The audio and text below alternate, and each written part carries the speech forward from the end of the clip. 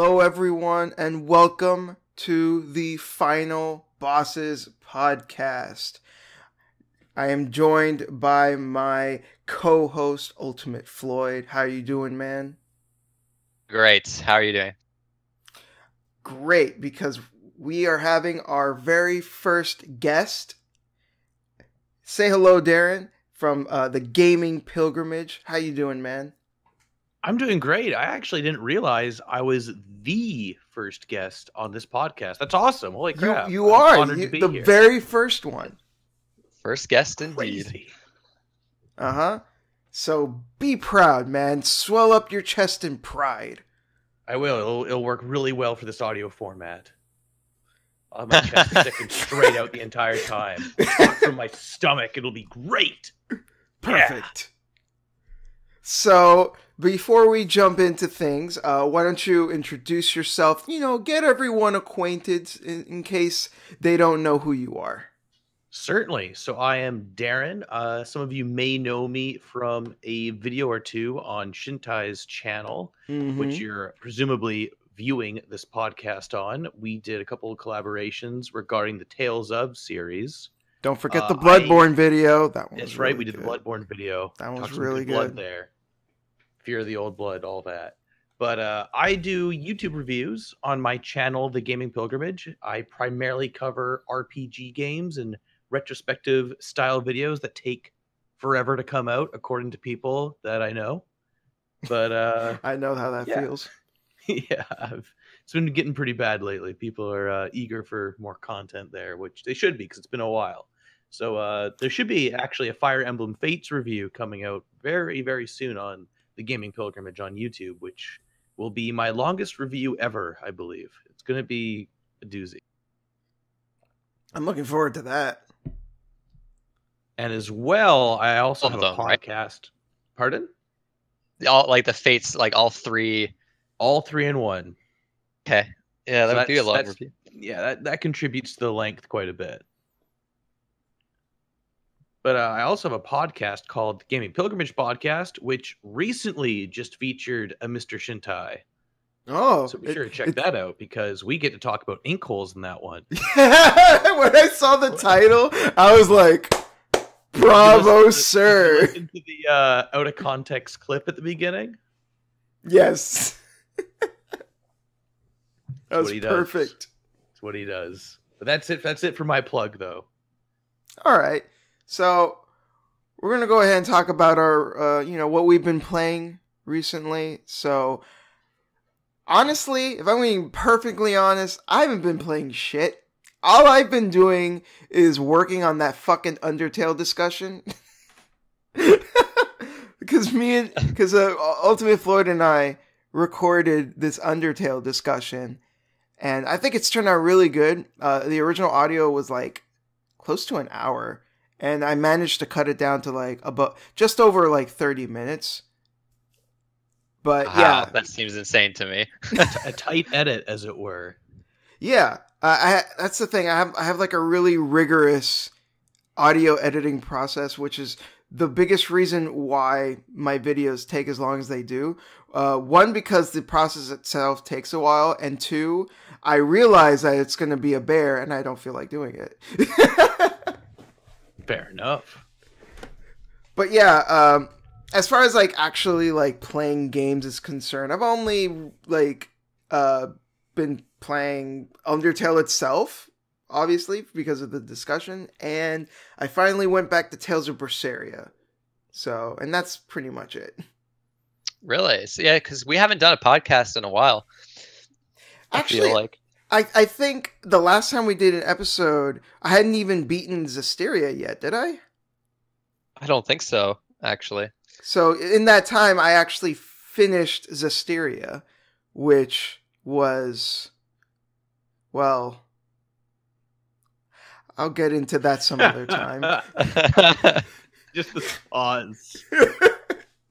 Like you're just trying to think of the perfect word to sum up like how you feel and like a single word and just like there is no single word for Zestiria except for maybe mediocre, but yeah.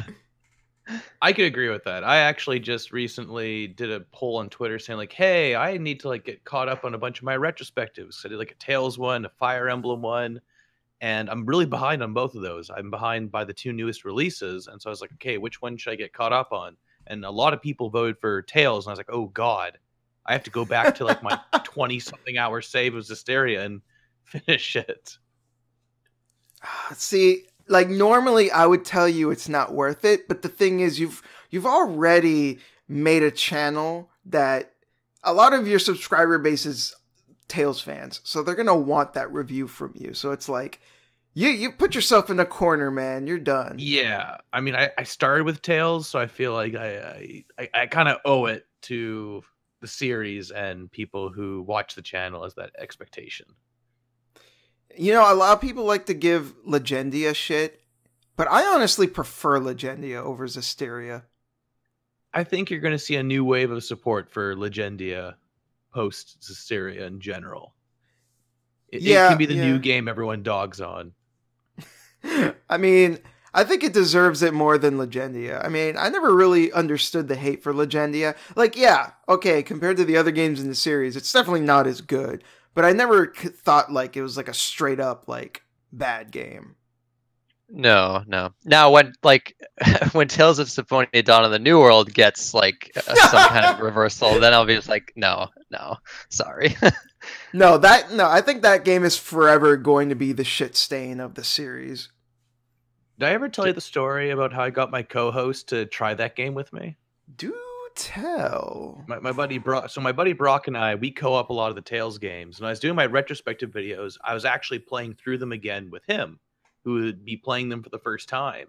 And when I went to go start recording footage for, I think it was for Dawn of the New World, I got him to be on controls. And this is like literally a week after we finished Symphonia, and he was not having it. He was raging at like every point, just going like, what is with this kid? Like, he was losing it all the time. And like all the weird little like motion control gimmicks and all that, he was not having any of it. I don't blame him. That game sucks. You see its fair share of supporters though. I have. Like, I remember, I distinctly remember there was this one kid that got super mad and butthurt in the comments of one of my videos. He was arguing with some dude, and he's like, Symphonia 1 will never be as good as Symphonia 2. And I was like, I can't. No, I can't. I'm not even going to respond to that. Yeah. I was like, I can't even respond to that. I'm like, because I know I'm not going to handle it. If I try to talk to this person, no, I can't even wrap my brain around that comment. You're not even talking that guy off from the ledge. He already leapt. Yeah. He's midair. You're thinking about shouting out to him, but he's airborne. Ultimate Floyd, what have you been playing recently? Geez, I actually probably have been playing a lot since our last podcast, but I guess as far as more recent things, I've kind of starting like a Kingdom Hearts marathon of sorts. Yeah, I noticed you on Twitter talking about it, and you've had some mixed opinions. Like, okay, I'm gonna try to get through like all the games on the 1.5, 2.5 collection. I've not played any Kingdom Hearts games before, so I have like no. Yeah, it's kind of a new thing for me. I like Kingdom Hearts 1 though.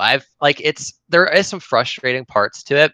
But I do like it overall. Like, I do like the combat. I love exploring like the Disney worlds, and it's actually making me want to go back and like watch a lot of these movies, even some that I haven't actually seen before. Can be frustrating in places like the final boss. I think in this game is just cheap. Like, it's just annoying. Like the second phase of the final boss, or not the second phase, it's like the third phase, I think. It's not like a one-on-one duel. That's the duel that everyone thinks it's kind of hard, or one of the harder fights in the game. That's like at least not optional.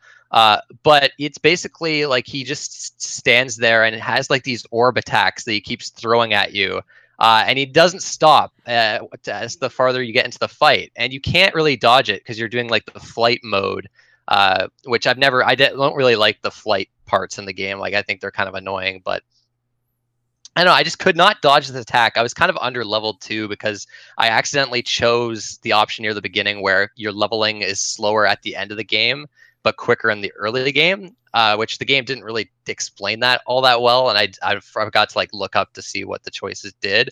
But yeah, the game is super vague about it. It asks you these weird questions with these abstract answers, and you're just like, what the fuck? And then it's like, oh, the sun will rise, and then it will be sunset at the end of your journey. It's like, what the fuck is that supposed to mean? And then they never used it again. Okay, so it's not in Kingdom Hearts 2. Okay. Oh, that's no, good to know. No, it's not in 2. But where was? Oh yeah, the boss. I think I said it took me like 30 tries, but I was over exaggerating. It did take me too long though to get past it because I just could not dodge. I couldn't properly dodge his attacks. So I had to like basically use that. Was it the wind spell? I think it increases your defense. I'm pretty sure. Oh yeah, yeah, that one. Yeah, and I had to tank the hits. I had to stand there and just constantly heal and tank the hits and just keep mashing attack to get through the boss. I don't know. I thought it was kind of a poorly designed, cheap boss that really kind of soured me. Even though the fight before it I thought was really good, like the one-on-one battle that you did. But I don't know, it's kind of minor in the end. I still really did enjoy the game. The music in that game is phenomenal. Like I love the soundtrack. Yeah, the music is awesome. Yeah, so I did like it. I'm very interested to see what Kingdom Hearts 2 is going to be like. I've heard that's such like a jump in quality from the first one, but yeah. I have to play Chain of Memories first, which this game. So I'm playing this game now. I'm like halfway through it, and like this game's so weird. Yeah. Like, expect to say that a lot for the whole series. Because it's kind of important plot-wise to the second game. You kind of have to play it, or at least watch like a lot of the cutscenes in it. Yeah. What's even weirder is that originally it was a GBA title. Yeah, it's. So imagine like oh, this Kingdom Hearts 1, Kingdom Hearts 2, both are PS2 games. Oh wait, you didn't play the GBA game? Yeah, so I mean, like a lot of people talk about how convoluted the story is and like the lore in Kingdom Hearts, but the first game is not too bad. I actually kind of like the story in the first game. It's not too complex, and it's a nice little story. But then agreed. the ending is pretty poor though. It doesn't have a lot of resolution to it. But they need that sequel bait, man. I was just about to say, you're going to say that a lot about the endings of many Kingdom Hearts games, that there's not a lot of resolution to it. See, Chain of Memories, though, this is where I'm starting to see where it's going to start to get kind of convoluted. Like, already they're throwing all this shit at me, like the whole environment I'm in the first place, like memories and all this shit, and dreaming, and the organization they're throwing in there, and all this shit. I'm just like, oh god. Yeah. Chain of Memories was like the beginning of the end, so to speak, as far as the writing was concerned. You'll also have to go through both stories to get the full picture. That's what I've heard too. Yeah, you play as Riku, right? Mm-hmm. Although his decks are predetermined, so that it makes it going through a lot quicker. Okay, yeah. Like the card battle system, I kind of like it. I don't know. It's weird. It's like I like some of the bosses. You really have to kind of think about your deck of cards and which cards are going to be more effective and which combos you can use with the different cards. So there's actually a cool amount, like a good amount of strategy to the game that I kind of like. But the normal encounters I think are probably a little too strategic for them. Maybe I should have probably played on normal mode though. I played on easy mode because I just wanted to. I wasn't sure about the game and if I was gonna like it. So I should have played on normal mode. But I don't know. It's weird because the game's almost like a dungeon crawler in a weird way, where you actually have to use cards to create rooms, and they'll have different like effects for the rooms. Like there'll be more enemies in a certain room, or there'll be like a hid treasure chest in one room, or a Moogle shop in another. I don't know. I kind of like it. It's such a weird game. I don't know what to think of it. It's at least unique. Like it's unique. It's got some cool ideas for sure. It does have cool ideas, but It's also hampered by the fact that it was originally a GBA title, and it's a GBA title that's basically recreated in 3D, but with all of the same limitations. Yeah, so like it can be a little hard to like because you have to basically run around these 3D environments, dodging enemy attacks, but at the same time you have to be constantly looking at your cards and sorting through them. So it's kind of hard to kind of juggle everything at once. It can get a little frustrating at times. Yeah, that's definitely a problem. That was part of one of kind of my issues with the Kingdom Hearts series was that with Chain of Memories and going forward, once you start going to the individual Disney worlds, you become less interested and engaged in those stories, and it kind of feels like you're always rushing to the next big boss fight to see the cutscene that actually pushes like the Kingdom Hearts story forward, not the Disney World story forward, where it's kind of different in Kingdom Hearts 1, where you kind of have a better combination of the two. Noticing that with Chain of Memories, it's like it's the Disney stuff is so like it's hardly I don't know, it's like there's not too much to it with like the Disney parts, and it's like reuses all the same worlds from the first game. I don't know, it's weird. I don't know, this game's weird. I'm gonna push through it. I'm gonna finish it to get to the second one, but I don't know, it's an odd game. Well, the second one's story gets even weirder, but thankfully the gameplay is way better. I've heard also the gummy ship stuff, which I kind of hated in Kingdom Hearts 1. Yeah, the gummy ship stuff is way better in the second game too. Like it's actually like feels more like a shmup. Like it's pretty good. Yeah, I'm just worried. The one thing I'm worried about is the beginning of Kingdom Hearts 2. I've heard like it's a slog, like a 3-hour just slog. Yeah, it's not great. I think it kind of gets blown out of proportion because it's really not that long, but it's very different than the beginning of the rest of the series. Okay, yeah, I'm definitely looking forward to the second one for sure. But that's about all I've been playing. I've been playing a bunch of other stuff, but that's the main thing right now. Cool. And what about you, Darren? Well, I too have not been playing a whole bunch this week. I've been preparing a lot for an upcoming trip I'm doing to Japan. So I've been nice. Getting all that in order, get myself organized. But I have still, from the last time we spoke, Shintai, I've been playing a lot of Sonic Mania, which is still incredible. Still can't get enough. I still need to play that. Yep, I've already beaten it like 7 or 6 times at this point. Jesus. Oh wow. I keep going back. It's like I find with a lot of the classic 2D Sonic games, it's really easy to revisit them over time as you get faster. You know the secrets, you know the layouts, and you kind of almost start speed running it naturally just through how they designed the game. And it's still a lot of fun to go back to, and it's probably like the best Sonic game. Okay. See, I'm not a huge Sonic fan, but that game looks really good. I really want to play it. I definitely should. It's like the smartest Sonic game, if I could describe it in one way. Because like I always find that 2D Sonic lives or dies based on the level design. And that game, Sonic Mania, really excels in the level design. It has really smart layouts that really reward you for exploring or going off the beaten path or being creative with your skill set. See, I don't give a single fuck about Sonic. I kind of like you. I'm kind of like you. So I'm asking as someone who genuinely is just kind of about Sonic. Would I like this game? I still like 2D platformers though. Like I still love Mario.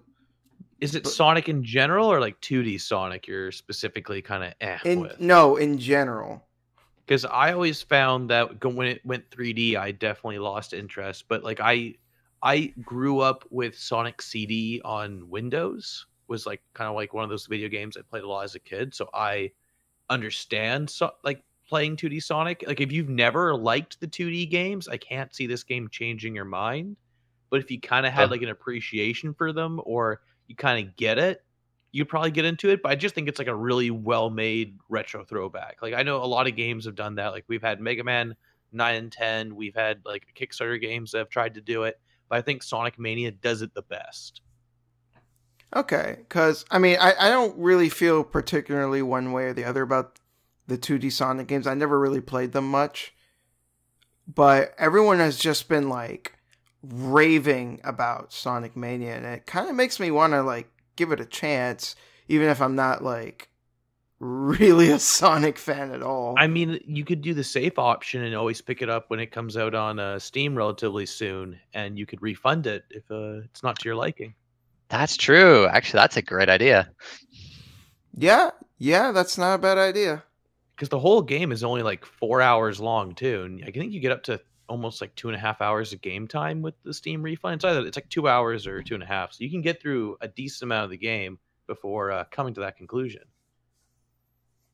Cool. Yeah, that is something that's something to consider. And I know we talked about this pre-recording, but can we talk about Death Note? Yes. Go ahead. Go ahead. So today I was prepping a Gundam to build, one of my Gundam models, and I wanted something to put on in the background. And to my surprise, the Netflix Death Note movie is out right now for your viewing pleasure. So I decided to throw it on because I wanted to know. So all right. Death So Note. so have you any? Yes. Okay. So have you seen the anime or read the manga or what's both? Okay. Same. I've both read the manga and watched the anime. So how was this movie? It was weird.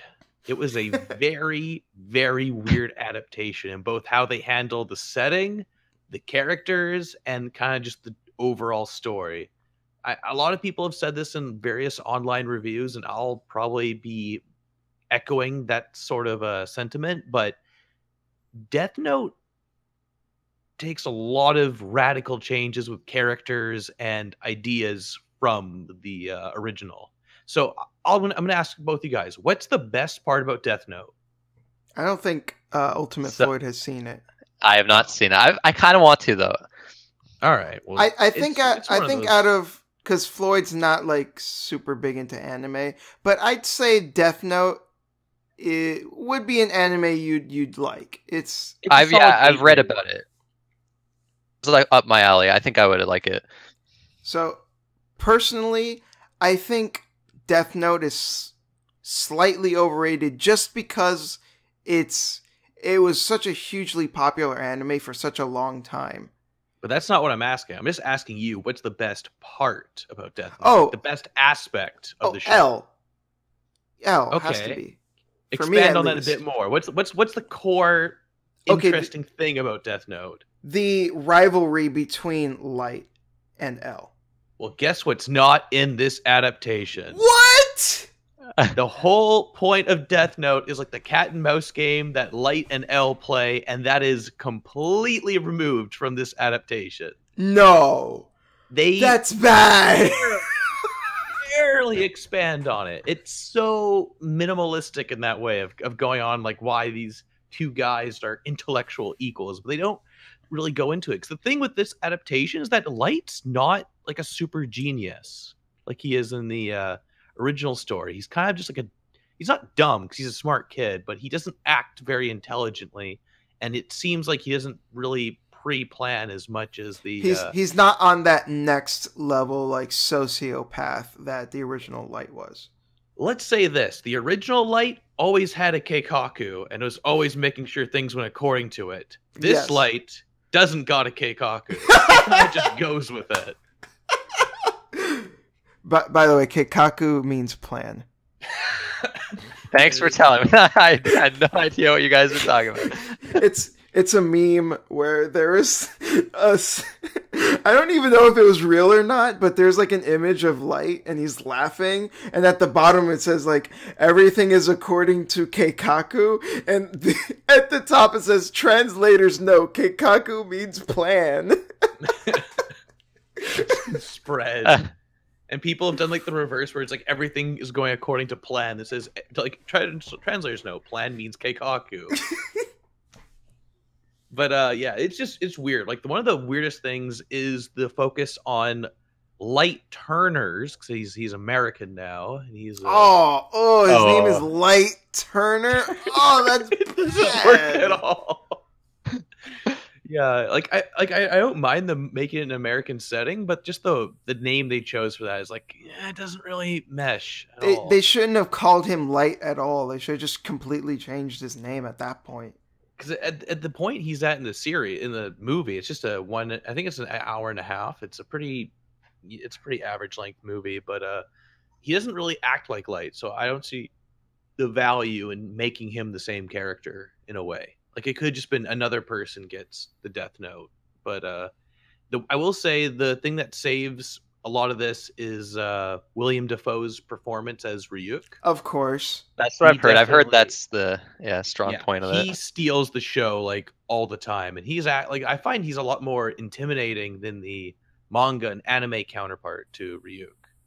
Yeah, Ryuk wasn't really meant to be intimidating, though. Like, he has his intimidating moments, but he was... I would say it's more... He feels more like a demon in this version, or like a death god. He definitely...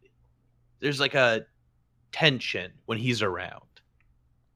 Okay. And he kind of seems more like the devil on his shoulder, more than kind of just a guy that's just like there to observe and have fun, like he is in the original. Okay, that actually does sound pretty interesting, to be fair. Yeah, and they also focus a lot more on what was the girl he was sort of not really with at all, but with for appearances, because I believe her name's Mia in this adaptation. The original was Misa. Yeah, I think they just call her Mia here, but they focus on her and Light's relationship a lot, and it's kind of like one of the focal points of the entire plot, which is radically different than the original series. And in the original, she's kind of like a throwaway girl. Like, Light doesn't really even like give a fuck about her. He's just using her. Yeah, it's really weird because they're trying to develop this relationship, and he at one point uses the Death Note to impress her, which is really god, it's a really awkward scene. It's like, hey baby, you want to see me kill some dudes? Like, what the fuck? Impress her. Dude, you more or less nailed the scene, and it totally works. What the fuck? It needs to be seen to be believed. I think the best scene in the whole thing is the very start. We first meets Ryuk, and he grabs the Death Note. He's in a room. He's in the detention room, and Ryuk starts appearing, and he can hear him, and he doesn't know what he's seeing. He starts freaking out, and as he's running away from him, like papers are flying everywhere, like there's a thunderstorm going outside, and he goes to like leave the detention hall, and the door's locked, and he's just screaming and freaking out for a solid minute. What the fuck? And I feel like this scene is going to be memed for like anything. Like, it's so weird just hearing him like just flip out for a minute just over this guy appearing. It's almost hysterical watching. Because the thing, like, when Light saw Ryuk, he didn't freak out that much. Yeah, this one he flips his shit. But the thing is, Light not freaking out actually made sense, because Light realized that what he had was like this otherworldly thing. So when Ryuk appeared, he was shocked, but at the same time, he was like, you know what? It's not that weird, considering this is a fucking book that kills people. Yeah, which his reaction made a lot of sense.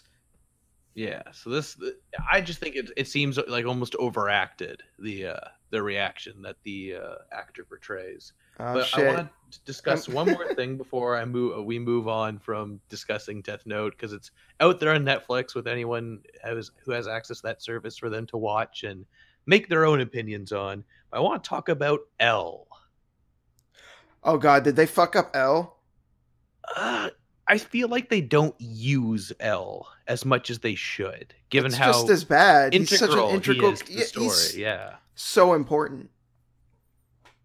Because I kind of like how the actor seems to have at least seen some parts. Like, I feel like they must have watched some Death Note or read it prior to performing their roles, because it seems like he picks up on some of the mannerisms that the original L had, and he kind of has those, which are good, but they drastically change how he reacts to situations. And it seems like he's a lot more emotional than what you would expect of the original L. That's the complete opposite of L. L is so stoic and like cool-headed, but also kind of weird and eccentric. So like they have the weird and eccentric part, but he quickly goes from that. There's around the halfway point, he starts to lose his cool a lot, and it felt really out of character. And you also miss out on all the weird kind of yaoi stuff going on between Light and L that a lot of fangirls enjoy from the original series that a lot of people used to make fan art of, like when they're handcuffed together or they're drawing each other with towels. You don't get any of that here. I forgot about that. Oh shit. Yeah, that happens. Aren't they like handcuffed together for like 48 hours or something? Yeah, it was something like. And then they have that fucking fight, which was actually like a pretty decent fight that they had. Yeah, it's weird. Ultimately, it feels like they blow through way too much of the plot and they leave it open-ended, so there could definitely be a follow-up. But I'm really curious to see if they'll consider this one as a success. So I noticed someone on Twitter had said like that Light in this movie is a more believable character. Well, but he's more like a normal kid. See, but in comparison to Light Yagami being like a super genius with a god complex. Right, but that's what made Light an interesting character. Sure, Yeah. Maybe this new Light is more believable and more realistic, but who cares if he's not that as doesn't always interesting? equal out to being good. Right. Because 'Cause he I- definitely has yeah. some aspects carried over where he really believes in what he's doing. And he has like a sort of he feels justified in what he's doing, but Okay. it's definitely not the same way that the original Light feels justified, because he's always going towards his plan of like a perfect utopia of doing this, whereas this Light's more simple-minded and thinking, I'm getting rid of the bad guys, I'm making the world a better place. If I don't do it, who will? Right. Well, with Light, it was more. He had like more of like a grand plan in mind. Oh, he had a much bigger Keikaku. This guy, no Keikaku. The original Light, big Keikaku. This guy, small Keikaku. Yeah, but I'll leave it at that for now and let other people form their opinions by viewing it, because it's out there. It's relatively short and it's interesting enough that I'd be very curious to see how people approach this without any knowledge of Death Note. So, for instance, Floyd, if you check it out, I'd be very curious to hear your thoughts, because it's interesting. Yeah, so the director of this, I'm actually a pretty big fan of. His name's Adam Wingard. He's done a couple movies that I really loved.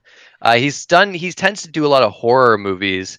He did You're Next, and then one called The Guest, which I highly recommend to anyone that hasn't seen it. Like, it's this really great 80s throwback kind of horror movie that's like fucking awesome. So I was always kind of interested in this Death Note movie, but I mean, I'm gonna definitely try to.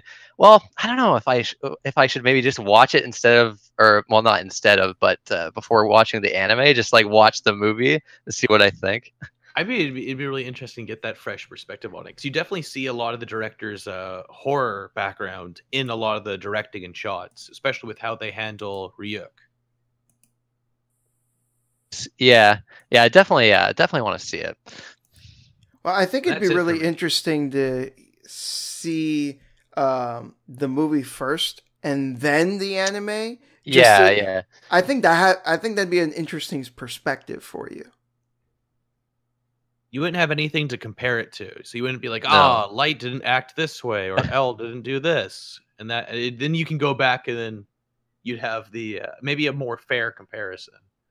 We're gonna go ahead and jump into some juicy news. Now, this first bit of news is kind of funny for Floyd and I. But apparently there's going to be a 3D remake of Secret of Mana, which is a game that neither of us like very much, but everyone else in the fucking world... I'm not going to be unpopular here. Everyone Darren, else in the fucking world loves Secret of Mana, but I don't get it. All three of us. Great. Wait, you don't like it either? I think it's an okay game, but when people say it's one of the greatest RPGs of all time, I go, what are you talking about? Finally! Because, okay, just for funsies, so, I was randomly talking to a friend of mine. He calls himself the Wanderer from the Past. Used to be known as RPG Swagman, which doesn't roll off the tongue nearly as well. So, Greg, if you're listening, just gonna call you Greg. We were talking, and I was like, all right, I gotta go to sleep, man. I'll talk to you later. And he's like, wait, before you go. And I'm like, yeah, what's up, man? Fuck you for saying that about Secret of Mana. That game's a masterpiece. And I was like, ah, shit. Well, you should respond, Greg, this is for you. If any RPG has to pause the entire game to display an animation for an item going off or magic going off, it is not a masterpiece, sir. It is interrupting my gameplay. And then having to go through those terrible menus and the bad. innovative ring menu system. The thing that just bothers me the most is the way that the attack system works. Like, I have to wait like a full solid like couple of seconds after every single swing. Like, otherwise you do like 1 point of damage. Fuck off. That is so annoying. Guess what happens to you while you're waiting? Enemies will pause the game and fling magic at you. Blech.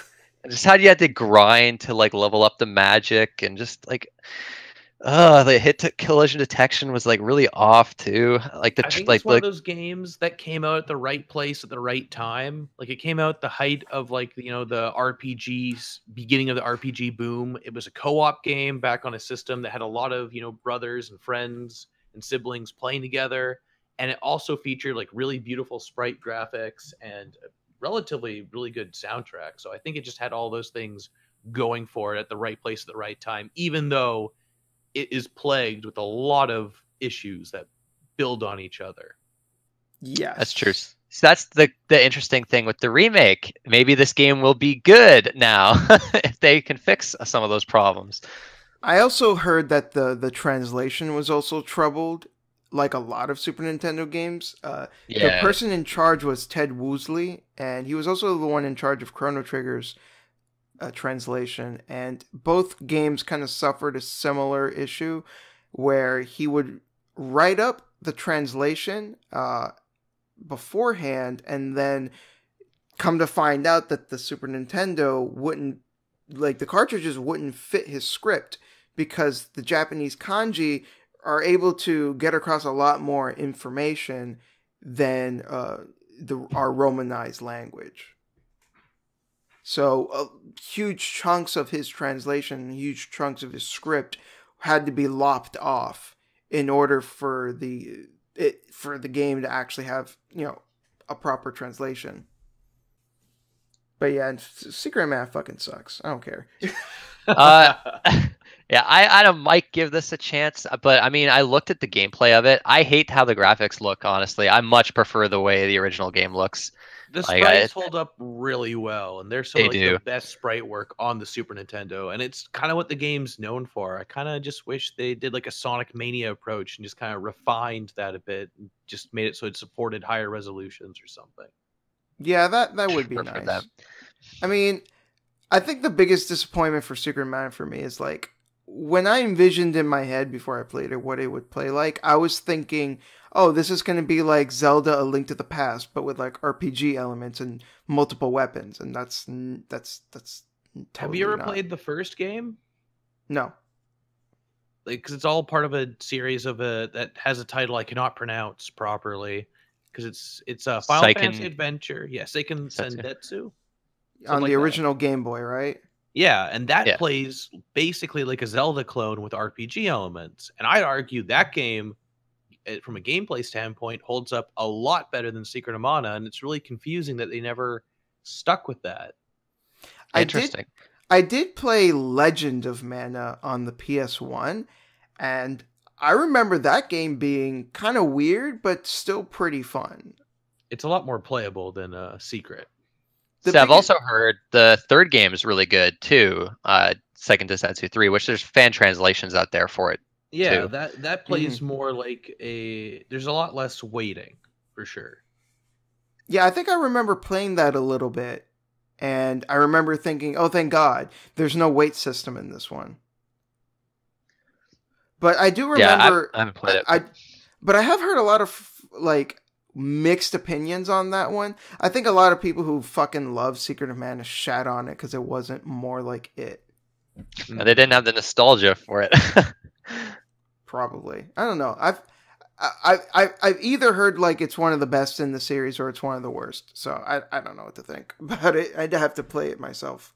I know apparently Terra Enigma is a kind of a similar kind of action hack and slash RPG on the Super Nintendo. That's apparently a lot like, or at least it looks a lot better than like Secret of Mana. I've always wanted to play that game, so I never had the chance.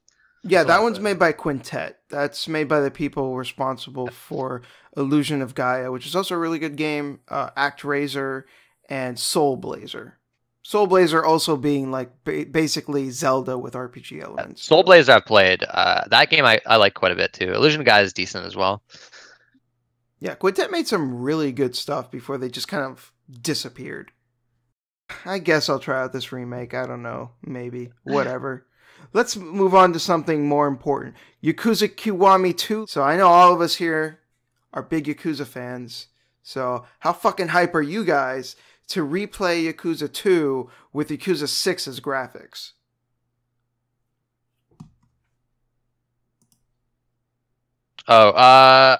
Pretty excited. I mean, it was a long pause. I'm like, nobody's. I was waiting for Lloyd to speak. I was waiting for him to speak. So I'll let him go first.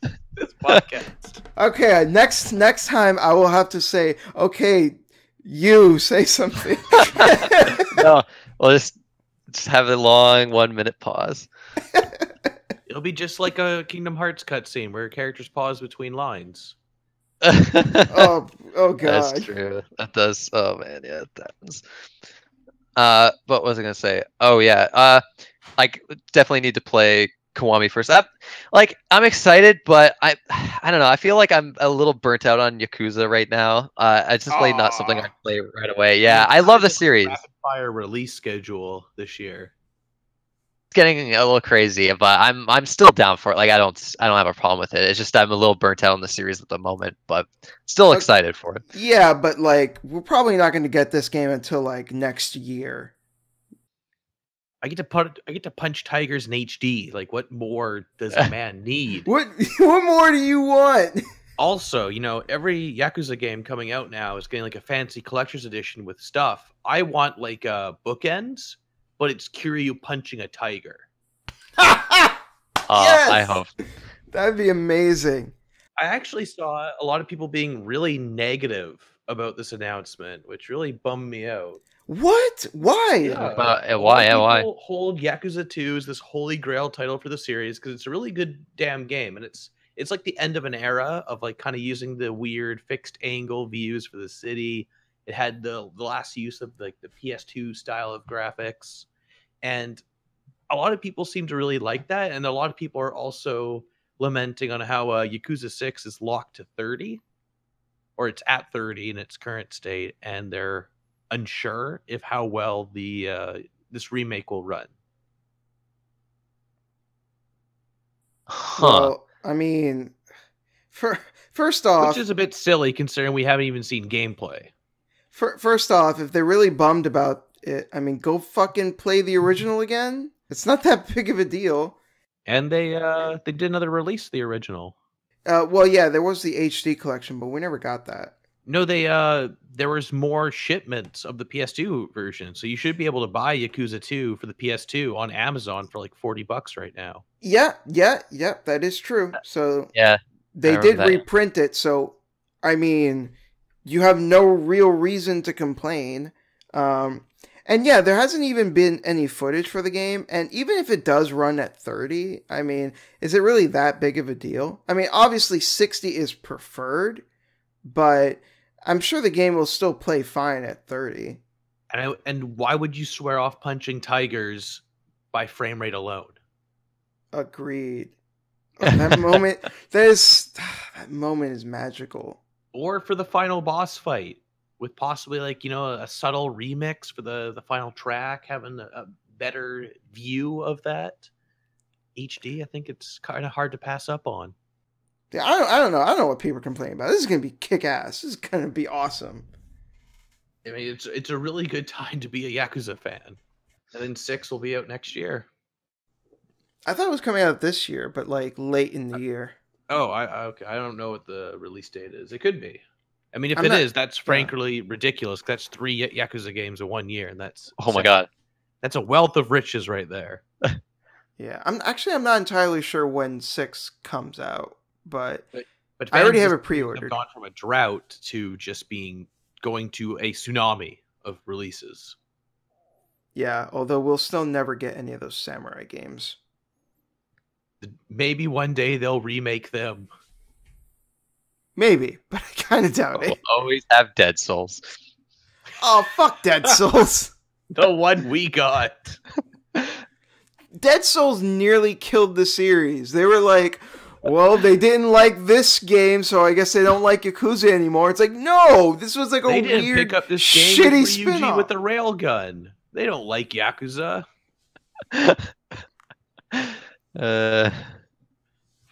Oh god, it's so stupid. It's like, I don't even know, like, if they came out with like Chocobo Racing, it's like, and they did shit, it's like, well, I guess they don't like Final Fantasy anymore. So dumb. Alright, and the next topic, which I will leave to you guys, because I don't know shit about Half-Life. So, apparently there's some blog post about Half-Life 3, like, supposedly this guy pretty much laid out what was going to be the plot of Half-Life 3 or something. So yeah, you guys talk about that, because I don't know shit about Half-Life. Yeah, so the writer, his name is Mark Laidlaw. He wrote Half-Life and Half-Life 2, and he was with Valve for a long time, but he left. I forget when he left. It's a while ago now, though. But basically, he put a blog post up of this massive like plot dump, but he changed character names. So you kind of had to do a little bit of work for yourself to figure out who he's talking about with certain characters. But it's basically the plot of what was going to be Half-Life 2 Episode 3, because Half-Life 2 wasn't just like one game. There was like 3 episodes they were going to do after it. And the second episode ended on a massive cliffhanger. And basically, we never got that third game because Valve they started doing, like, Steam got really big for them. So that was like their main focus. And now it's basically, what this means is that we're never going to get another Half-Life game. It's pretty much dead in the water, and they're just going to be always focusing on Steam. And I think they announced some collectible card game a little while back, which is like, ugh. But yeah, it's kind of depressing news for a lot of people, but at the same time, at least it gives a little bit of closure on that trilogy. And it actually sounds pretty cool. I read through the plot. There's some cool stuff there. It sounded like the game could have been really cool. Some of the environments and some of like the time manipulation stuff that would have been in the game. But yeah, it's just crazy that it's like people have wanted it for so long, and then he just completely puts the whole story out on his website. Yeah, it's pretty nuts. I didn't read through the whole thing because the more I read, the more I forgot how much I'd like to see a Half-Life 3. Like, kind of the further I was reading in, I was just like, is making that wound feel fresh again. No, it's depressing. But I think at the very least, we'll never see this version of Half-Life 3 or Half-Life 2 Episode 3. So I always think there's the possibility that one day they'll have the right engine. They'll be the right place and time for them. I've always felt like they've been waiting for the next big thing to push Half-Life onto, but it's hard to say now because it's been so long. A lot of people speculated VR would be the way they'd want to do it. I just want it in some fashion. I do wonder though if people like might try to mod Half-Life 2 and like create this with this, like, use the story that he wrote out here. If there's any community or fan base that would be willing to do that, it's this one, considering how much effort has gone into previous mods and uses of the source engine for creating just anything. So I would not be surprised. Didn't someone perfectly recreate the original alpha that was leaked of Half-Life 2? So pretty sure, yeah. So we've had everything from remakes of games to like lost areas being restored to previous versions. So I don't see why they wouldn't do this at some point, especially because it lays out like environments and possible areas. I could totally see people trying to do that. That'd be frankly awesome. I think it could happen. I'm definitely gonna play it like right away if something like that happens. But and to you, Shintai, go use $5 during the next Steam sale and buy all the Half-Life games. Oh, I already own all the Half-Life games. I just haven't played them. Step 1 complete. They're all in my library. I feel like anyone who owns Steam has them. Like they've been so cheap for so long. Yeah, on the last sale, like they were all like 50 cents each. So I was just like, fuck it. Like I got Half-Life, Half-Life 2, Half-Life 2 Episode 1, and Half-Life 2 Episode 2. I also have Half-Life 2 Lost Coast. I don't know what the hell that is. Oh yeah, I remember that. I haven't played that in years. A bit of a demo, a test for Half-Life. Okay. But yeah, Half-Life 2 is like probably my favorite first-person shooter. I haven't played one since that I've liked more than it. What about Metroid Prime? I almost don't consider that a first-person shooter. It's weird. I almost consider that like a. I mean, I guess it is, isn't it? Although I don't know. Technically, it is. I guess technically, I more consider it like a first-person adventure game. That's the official genre. All right. You want to move on, or you guys still have anything to say about it? Play Half-Life. Play Half-Life. Yeah, not too much else to say, not really. But it's just pretty big news because people have been like wanting some kind of closure on this or some kind of an announcement or anything, and finally it looks like there's at least something out there. At least they avoided the Mega Man Legends situation, in which a third game was in development and fans had ideas and feedback going into it. Then Capcom pulled the rug from under them. Oh god! Oh god! That's forever going to be the most depressing game-related thing that's ever happened for me. It'll always be burned in my mind. I bought a frickin' 3DS for that game, and then I sold it after they canceled it. Original model 3DS. Man, I fucking love Legends so much. Like, what 3 getting canceled was like a dagger into my heart. Not even the demo. They didn't even release the demo. I The know. one they were supposed to. They promised us. They didn't do shit. And then Capcom turned around and blamed fans. It's like, oh, if maybe the fans cared enough. It's like, fuck you. If you really cared about it, you would have had this many people on our website every day. This is pissing me off. Let's move on. So now we're going to move on to questions. You guys sent us a shit ton. So we'll try to get through them. This one's by Bufudine. He asks, since you've both seen Kaiji, what are your favorite gambling games in the series? Any one of them can count, even if they're exclusive to the show. Also, what are your takes on its art style compared to others in anime? Now, okay, I've seen Kaiji to completion. Ultimate Floyd, I know you've seen a few episodes. I don't know if you actually saw I never ended up finishing it. I got close, but I actually, reading this, I had no idea, like, I guess the manga, there's different games compared to the show. No, the show has different games in it. I don't know how far you got, though. There's like 2 seasons of the show.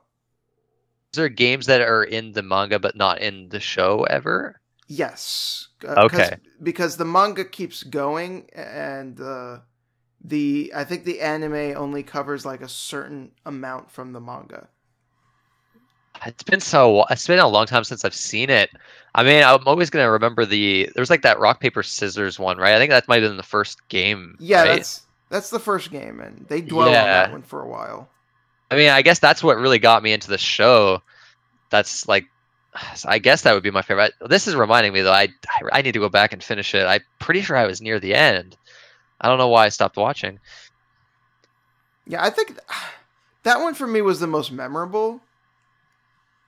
So yeah, I think I'll stick with that one too. Like that one, like there were some other really cool ones that happened later on, but like that one always stuck out to me as being the most memorable. Probably because like it's the very first one, and like that's when the show was still like new and fresh. So I was like, holy shit, this fucking crazy rock paper scissors game. Darren, have you seen Kaiji? Does Yu-Gi-Oh! Season 0 count? Unfortunately not. Because they do Season gambling 0? games there. They light people on fire in one of them. I did not know that. Season 0 is like a very different show compared to Yu-Gi-Oh! It's when like the pharaoh inside of him is like super evil, and all their games are like weird, mentally scarring gambling games. It's actually kind of interesting. It is. A lot of people kind of wish that's the direction the series went in, but no, I haven't seen Kaiji. It's on Crunchyroll. Fucking watch it. It's really good. I can't. I got to catch up on 2 weeks worth of Dragon Ball Super. No, you don't. Fuck Super. All right. Wait. Bufudan also asked though. The art style. Yeah, on the art style. Yeah. So that's one of the things that drew me to the show. I know a lot of people complain about it. It's like they say that the art style looks shitty and it looks weird, but honestly, I like it. I like how unique it looks. It's part of that show's identity. So I don't know how you felt about it. I mean, I can see where people are coming from. It didn't bother me. I think the one thing that does kind of are the noses on the characters. Yeah, what's going on with people's noses? Yeah, that is weird. I don't like that, but sure. I'm just looking at screenshots don't mind it. Of people's noses. Yeah, I mean, I do get that, like, it is kind of weird looking, so, especially when you compare it to, like, most modern anime, but honestly, like, I really feel that it's part of that show's identity. It gives it its own unique flavor, and I really like it. I honestly don't think it deserves most of the shit it gets, just because it looks unorthodox. Also, I want to throw out there, while searching for images of Kaiji, one of the first images was a Kaiji versus Yu-Gi-Oh! YouTube video thumbnail, which led me to a mixed opening of Kaiji and Yu-Gi-Oh! Combined to the original American Yu-Gi-Oh! Opening.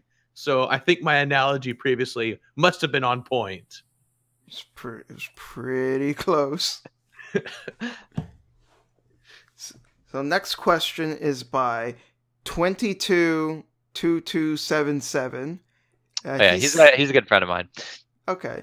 He says, not a troll question, but seriously, why do you guys continue to play series you don't like? You hated Uncharted and Heavy Rain, etc., but you guys seem to know a lot about you guys seem to know a lot about all of them, their flaws, etc. Why continue to put yourself through that if you hate them?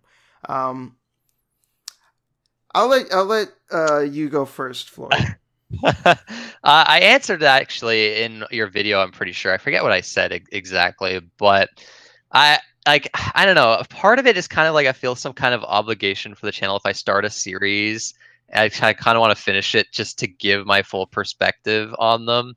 And then even if I'd hate a game, I find it very hard to like put it down. Like I feel like I need to see it through to the end, despite hating it.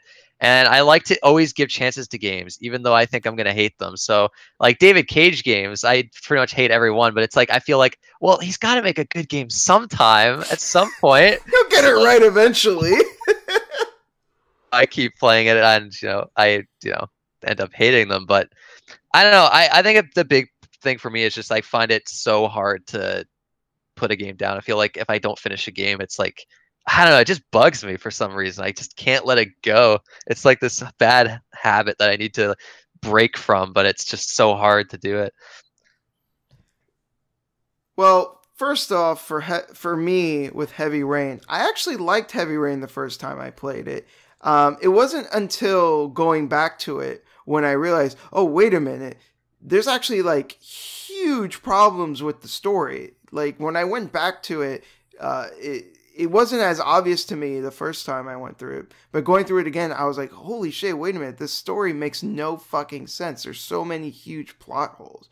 So at least with Heavy Rain in that respect, you know, part of why I know so much about it is because, yeah, the first time I went through it, you know, I thought it was a good game, and then replaying it and then realizing how fucking bad it was. But as far as like going through games in general that I don't like, I don't go into games wanting to hate them. Like I try to give games a fair shot, and it just so happens that somewhere down the line playing the game, I realize, okay, I don't like this game. But there's also that sense of curiosity of like, how bad does it get? Like, what bullshit am I missing? Like, and this is, I think it's also, because you mentioned Uncharted, I think with something like that, it propels me to play through it more, because it's like, well, what about this game that everyone else likes that I'm not getting? So, yeah, I've definitely I think had that's that part before. of it. What about you, Darren? How do you feel about this question? Well, sometimes you turn around on a game when you like, for instance, there's some games that have like a really, really poor opening. There's some games where you play the first bit and you're really not into it. I can think of like Chrono Cross. When I first played that, I really didn't get the battle system. I didn't understand the story, but like the more I went in, the more I kind of got it, and the more I feel like I gained from that. There's also some games that that are so popular and so big that you have to know. You want to know why they're getting all the praise, and I feel like you can't really get that fully until you force yourself to play it all the way through. Yes, yeah, for sure. Yeah, definitely. So next question is by Epic Anime Requiem, and he's a good friend of mine. He's been cool guy. Been subscribed for a while. He asked, "What are your thoughts on the Kingdom Hearts series and the East series?" I think we already talked about Kingdom Hearts enough. So we'll just talk about the East series. And I'm not like super into the East series like a friend of mine is. Like I mentioned him earlier, Greg. Yeah, he loves them. Fucking Greg, like adores the East series like no one else I've ever seen. I definitely don't have that level of admiration for the series, but I do really like the series, and I think that for the most part, the games are really good. Like, I don't think I'd ever put like an East game in like a top 10 list or anything like that, but it's a very consistently good and solid series that I've always very consistently enjoyed. What about you, Floyd? I love these series actually. I really enjoy it. I haven't played all of them yet. I'm looking forward to the 8th one. I still need to play 7. Oh, I like 7 a lot actually. 7 I think that's actually the only one I'm played. Out of the 7's I think the only one I haven't played out of the. Well, no, there's weird ones like the what was that? The Ark of Napishtim, was that? That's that one's one's six. E6. That's 6, yeah. 6. Okay, so yeah, I haven't played that. But I like the series quite a bit. I part of me feels like before I played them, I might have been like I look at the Trail series, for instance, and I've never been a big fan of that series. I've talked about this a bunch before, but it's just not my thing. But so I kind of like think, oh, maybe I'm not a Falcom fan, but you know what? I really like the East series. It's more my thing. I love the combat in these games. The stories are never anything amazing, but I think they're all enjoyable for the most part. And I actually even love the first 2 games. I know a lot of people don't like the bumping battle system where you have to bump into enemies. I thought it was interesting. I actually thought it was kind of fun. I think those 2 games are grinding. like I actually had a lot of fun with those first 2 games. I was kind of shocked how much I enjoyed them. But yeah, I like the series. I pretty much buy every game that comes out. Did you play East Salcetta on the Vita? One's really good too. I think Oath of Felghana is my favorite though. I think that one, I just really like the length of that one, and just I think the combat was really good in it. But I think if I played E7, that one might be my favorite. if I'd played it. That's yeah. Both that E7 is incorrect. Both of you. So I'll step forward here. The correct answer is Ys Origin is the best Ys game. So that one is really good. I like that one a lot too. Slap that down on the table. You got your 3 characters that you all control one at a time. You don't need 3 characters running around at the same time. Give me my solo adventures. That's what Ys is about. Venturing as a single dude, red hair. Or, I guess in Origin's case, it's not him, but still. But I think this is a great series. It's one of the most consistently fun RPG series that you can always go to it and you always have an expectation of it being fun, and it is. I think it seldom disappoints in that regard. And you also have some of the most kick-ass music in any RPG ever. Oh yeah, the music's so badass. Just gets you pumped. Like it gets crazy in like some games. Like the final boss fights, it feels like a contest of the songs trying to one-up each other for different boss fights. Yeah, I mean, I'd say like across the board, the music is always a 10 out of 10 in the series. Like, it's so fucking good. And they're all almost available on Steam now, so there's a lot of places to play them on now. I still really like E7 though. Fuck you. He's meant to be like a 10 to 12 hour RPG, not like a 20 to 30 hour grind fest. It wasn't a grind fest. You had to do more leveling in that game to get your skills high enough. That was fun though. I can kind of see where you're coming from though, because I feel like Ys Memories of Salcedo was like a 25-hour game, and it kind of got it was getting a little stale by the end, whereas like Oath of Falcon and Origin, I felt like they were just right. Like the lengths were perfect. I always liked the kind of the abruptness of those games. I also really like the shared consistency of like setting and characters across all the games. Like it really comes together, and you kind of get a lot of cool references if you play the games. Yeah, that stuff's always cool. Yeah. Well, I haven't beaten Salcedo, to be honest. I got really far in it, but for whatever reason, I stopped playing. That game game's go back to it. Terrible. I actually just remembered this. The final dungeon is in Salcedo. I hated. It was so tedious. Isn't that the one that like warps you around like back, and you have to constantly go back to like the starting point and then go to like another point, and you have to like, keep going back and forth?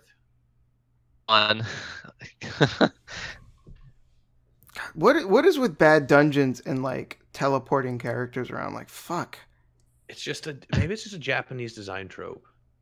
They need to get rid of it. Next question is by Ned993, and I'll point this out now. She said, "Oh, and I'm a she." So I guess the last time we read her question, I may have accidentally said he.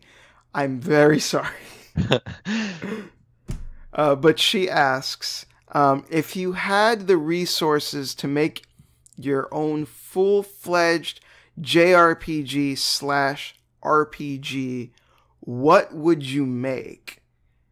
That sounds like it could be its own video. So that's a really tough question. Tales of Dragon Ball, done. Actually, that's actually always wanted a Dragon Ball fighting or Dragon Ball RPG with the graphics of Tales of Vesperia and a combat system like the Tales games, but with Dragon Ball moves instead of the Tales special moves. I mean, I don't have that strong of an affinity for Dragon Ball, but I'm like, yeah, I would play that. That sounds great. I'd play that. You know what? I've always wanted a really good samurai RPG.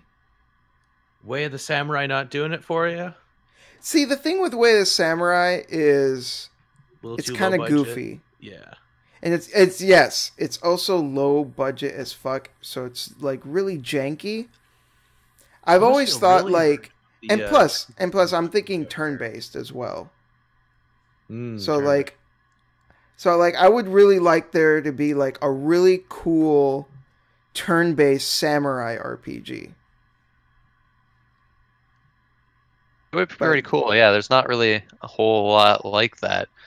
There was a Samurai Showdown RPG where you actually had to input the fighting game inputs to do the moves. But I That think that sounds was like cool. it was like a Japan only game, and I don't think it ever got a fan translation. So there is possibility. That's a shame. Well, there was also those fucking Yakuza Samurai games we missed out on. God damn Learn it. Japanese, you nerd. God damn it. It's not fair. Just learn an entire language. It's all you have to do. Oh, that's all. That's it. It's not a big deal. You fucking baka gaijin. If I could make my own RPG, it would suck though. Why did you say that? I wouldn't be good at it.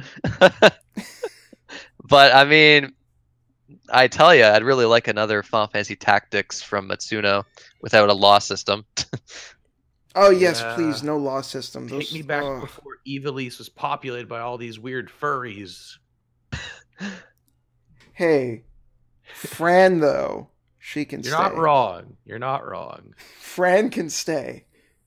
But I do miss the more politically driven Ivalice and the man versus man conflicts that brought about.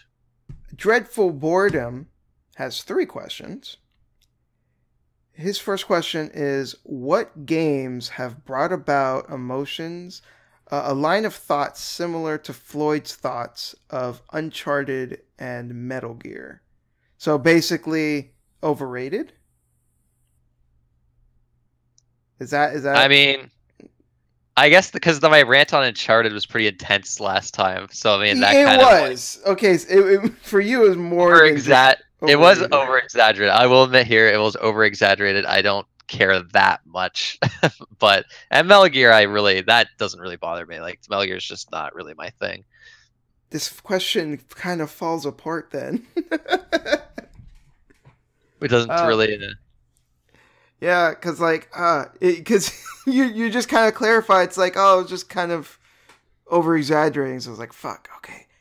Fuck this question. Sorry, dude. You got 2 other questions. Symphonia Dawn of the New World. There you go. That got universal answer earlier on. Yeah, there we go. That's our answer. Question 2 is, what games, movies, etc. that you like has gotten little love nowadays? So basically, underrated games and movies. Okay. Treasure Planet, the animated Disney film. I always feel it got like a 60 on Rotten Tomatoes, and I feel like I've never heard other people talk about it. But I remember growing up to that movie and like watching it whenever I was sick, and I always enjoyed it. I saw it when I was a kid, but I haven't seen it since. I need to go back to it. I think it's a fun movie. I've never seen it. So clearly I'm part of the problem. There you go. Freaking probably haven't seen Atlantis either. I did, actually. What about the second one? Okay, no, not the second one. You don't need to watch the second one. No, I didn't think I would. We don't talk about the Disney direct-to-DVD sequels. No, those are oh god! I just remembered my sister had a bunch of them growing up. Oh god, they were so fucking bad. 2. There's like the multiple Aladdin movies. Mermaid 2 was bad. Oh, Hunchback of Notre Dame 2 was bad. The first Hunchback of Notre Dame was fucking awesome.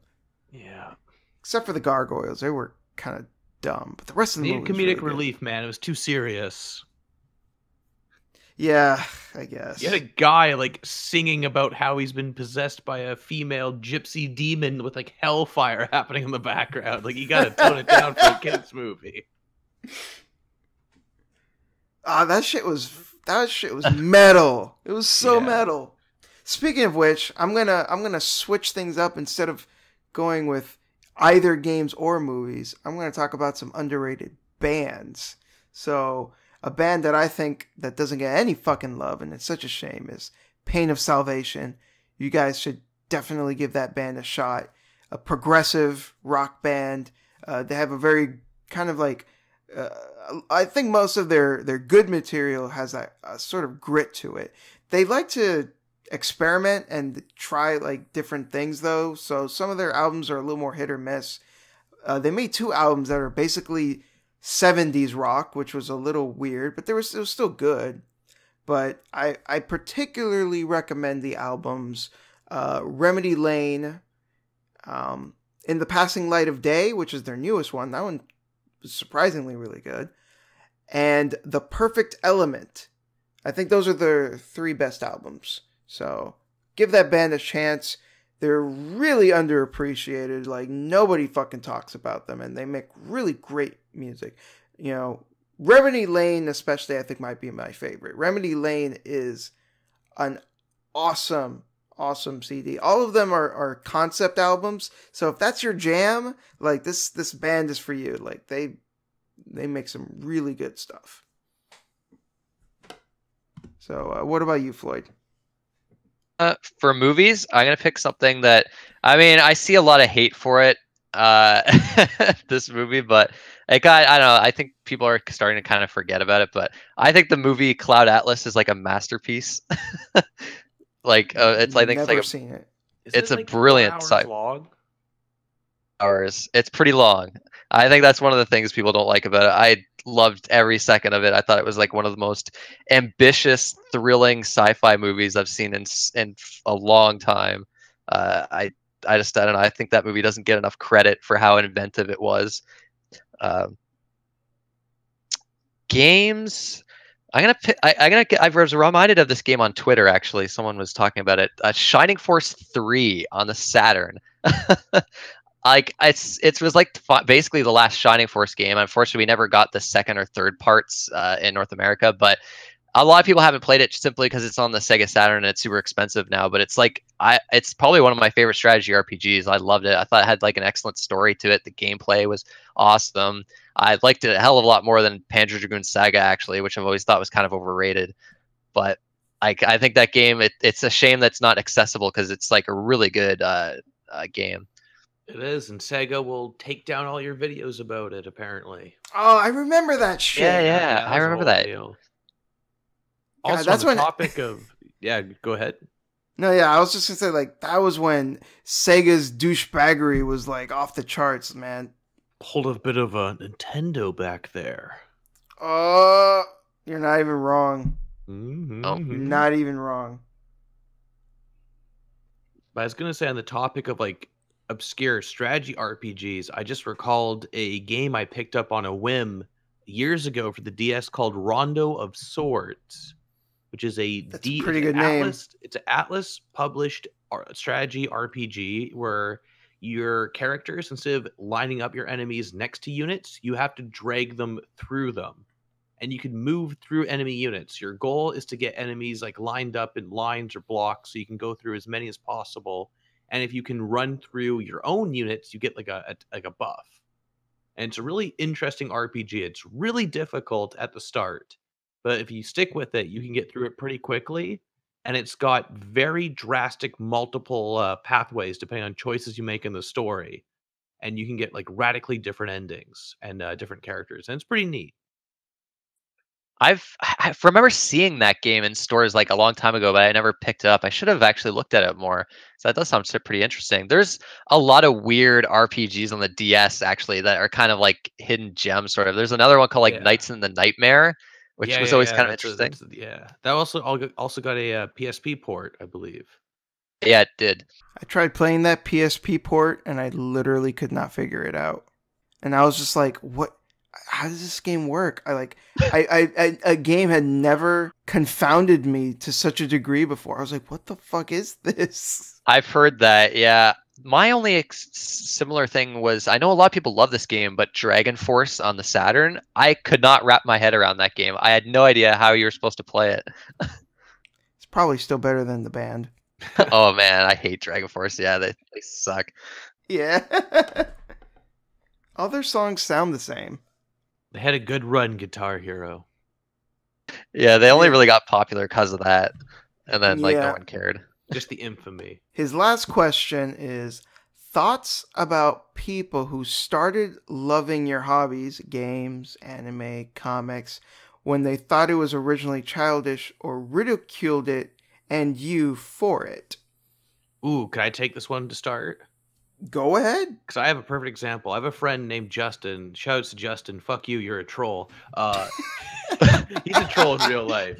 He's a super troll, but he constantly trolls us. But he used to shit on anything that was like loosely related to anime or like Japanese like media in general. And I got him to watch all of Fate Zero and all of Full Metal Alchemist Brotherhood, and not completely, but I turned him around pretty hardcore to the point where he will watch anime series on his own now. And he actually does enjoy them and like them. So I used to go, I took a guy that would just go, oh, that stupid weeb shit, and like just not give it a chance, and actually got him to appreciate some shows.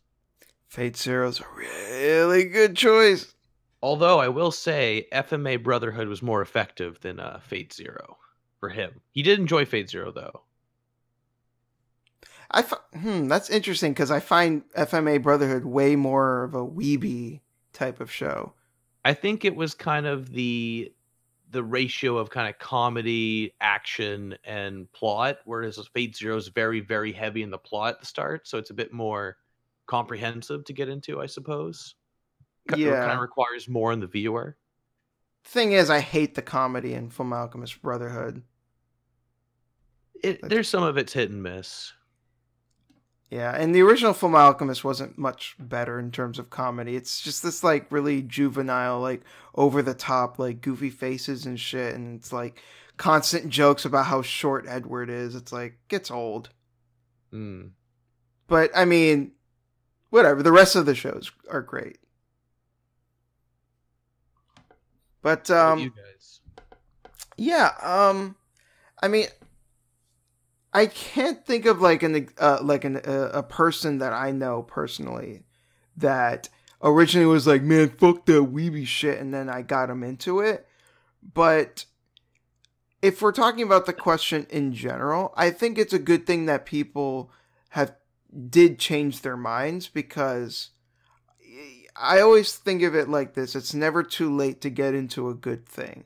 So even if they may have been like closed-minded about it at first, the fact that they eventually did give it a chance, I think, is overall a good thing. It's because I think part of the problem is that some people like to act like elitists, and that can push people away. So I think the more we are like accepting of other people into our hobbies, you know, the easier it is for other people. And, you know, maybe if we were all learn to be more accepting, I sound like I'm preaching here or something, but I'm just trying to say, like, you know, stop acting like dicks and, you know, accept people more. Maybe they'll be more accepting of us, I guess. I don't fucking know. I don't know. You like E7 a lot, man. I don't know. That's not, I sounded so fucking cheesy right now. What the fuck? What happened to me? I mean, to be fair, right now we're in like a really cynical phase of like the internet where everyone's being elitist, or everyone's saying, I liked the thing before you did, so I'm better. I'm better at liking the thing than you are. There's a lot of that going on. That kind of shit wears me down after a while. Yeah, it's dumb. No, yeah. Yeah, how do you feel about this, Floyd? I feel pretty much the same as you. I don't really have much to add to it, actually. But there's not really been anyone I know that like did with games and movies and stuff like that and looked at it as childish or ridiculed me for it. I've actually never been in that situation. I mean, the closest thing is like growing up, and because like growing up, I lived in an area where like no one really played video games, and if you did, like you were like the nerd. But then later, it actually it started to becoming more accepted, I feel, and just like it wasn't like that nerdy thing that people looked at anymore. But that's a whole different thing. It doesn't really have much to do with this question, though. Okay. Next question is by Real Mid Boss. He asks, what are your impressions of .hack.gu, last recode, based on the images and news about it? So, I've actually played the original games, and I think having an HD re-release by itself would have been cool, but the fact that they're also adding like an extra story thing, I think is pretty neat. I don't know how well the game holds up, though, just because I haven't played those games since they released, which I was in high school at the time, and I always say this, but I don't trust high school version of me, and neither should you. This is like a compilation of those 4.hack games on PS2, right? Although isn't there like more than 4 of them? Okay, I don't so know. I need to explain. So there's the original Infection, Mutation, Outbreak, and Quarantine. Okay, those are the ones that I'm thinking of. These are the ones that you're thinking of, but these are not the ones that are getting in the HD re-release. This is the sequel series, .hack GU, which takes place like a few years afterwards, and it has a story that's like tangentially connected, but it's mostly its own thing with its own new characters and a new battle system. For all intents and purposes, because I actually did play through I beat Infection, Mutation, Outbreak, almost beat Quarantine, but Quarantine was... By then I was tired of it. I was just like, I don't want to fucking play this shit anymore. But GU is way better. Those older games are pretty bad. You know, the story moves at snail's pace and the combat sucks. GU's story is not much better, to be honest, but at least the combat's actually like a lot better. And I remember the characters being a lot more likable and had a lot more personality to them. I remember the characters in the original .hack series being pretty fucking flat. So yeah, I'd say this, I wouldn't say this is anything to like get super excited about, but I mean, I'd still say it's pretty cool. Like, between the two series that they could have brought to HD, they brought the correct one. They brought the better one. So there is that. Okay. Yeah, I'm probably not going to ever play it, but it's cool. It's cool that they're actually doing it. Well, it's going to be on Steam, so like if it's on sale one day, you know, it might be worth checking out for $20. You're getting like 4 games for the price of 1. I mean, at the price point they're launching it at, I feel like it's a pretty great steal considering how much of a collector's item the GU games have become over the years. Like it would cost like possibly hundreds of dollars to buy all 3 games and play them now. And I never actually got to finish them. I lost my save file on I was playing an emulated version of the games because those prices are pretty high, and I'd lost my save file going into the 3rd game, so I never got to see the proper conclusion. So I'm definitely interested in checking this out. Are the GU games more expensive than the original 4? Because I remember the original 4, especially that Quarantine. I remember that one is really expensive. I don't know between the 2 ones. I think the original might be slightly more expensive just because it's 4 games. Yeah, I think the original is more expensive, but the GU ones are still pretty pricey. And everyone gets to hang out with everybody's favorite edgelord, Hiseo, the Terror of Death. Oh God, the PKK. Oh God, the player killer. I remember someone in a review literally said something like, he better watch out for all those PKKKs. I still remember the frickin' anime of GU, Roots, the origin story, when they show off that scene where he becomes the Terror of Death. And I was just like rolling my eyes. Yeah, that anime was not good. It was very slow. The music, though, I mean, the music in .hack in general is just transcendent. Yeah, but in .hack Roots especially, like, the music almost made up for the show. Like, it was really that good. You know what, forget the show, just buy the soundtrack for Roots. Like, it's really good.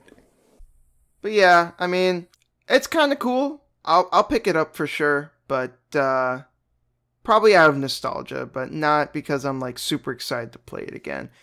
I kind of do, but yeah, I don't know.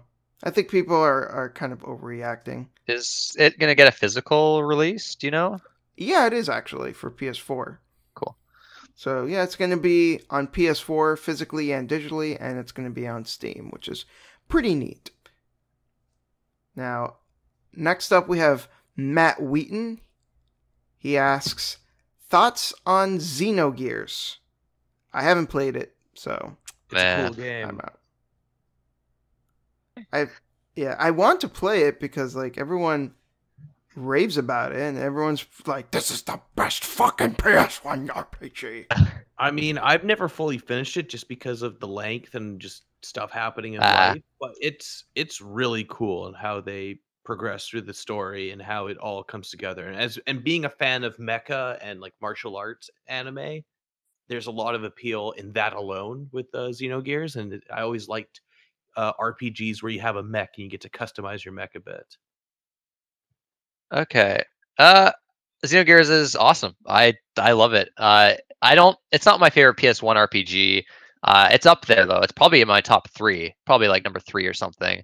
It's definitely long. Like, it took me like 60 hours to beat, but the story is pretty confusing, but it is really enjoyable. I really do like it. It's the second disc definitely has some problems. The way the story is told is not ideal. But it's not as horrible as some people make it out to be. I don't think it like ruins the game or anything. It definitely gets overblown, what people say about the second disc. The gameplay is actually, I think, is probably one of the more underrated things about that game. Like, I think the battle system is actually really good. Like, I love the dual battle system where you have the on foot battle system, and then you have the mech battle system where you customize your mechs and you have like fuel meters you have to keep track of. I thought the bosses were really cool and clever. I like the world, like the exploration is nice. It's got some really cool side quests. Also, like the writing is really good. Yeah, the music soundtrack is like god tier. It's a fantastic game. Like, it's definitely something that pretty much any RPG fan needs to play. So Shintai, ball's in your court now. Well, I actually promised a friend of mine, the completionist, not the bearded guy. Yeah, I'm like, wait a minute. I'm not friends with him. He wasn't your guest. Yeah, no, another guy, the original completionist. There you go. Yeah, it's actually kind of funny. The bearded completionist approached my friend, the completionist, was like, "Hey, can I buy your channel?" And he was like, "Sorry, dude, I like my channel. You know, you can't have it." And he's like, "Oh, okay, don't worry about it." So that was interesting. But anyways, my friend, the completionist, actually asked me to review Xenogears because it's his favorite game of all time. So I will inevitably play this game because I have to honor this request by my good friend. So there you go. The next question is, any 80s and 90s anime you guys enjoy? I kind of feel like I only enjoy 80s and 90s anime at this point. I was gonna say, I'm like, isn't that like kind of everyone's wheelhouse? Or maybe they're looking for particular titles.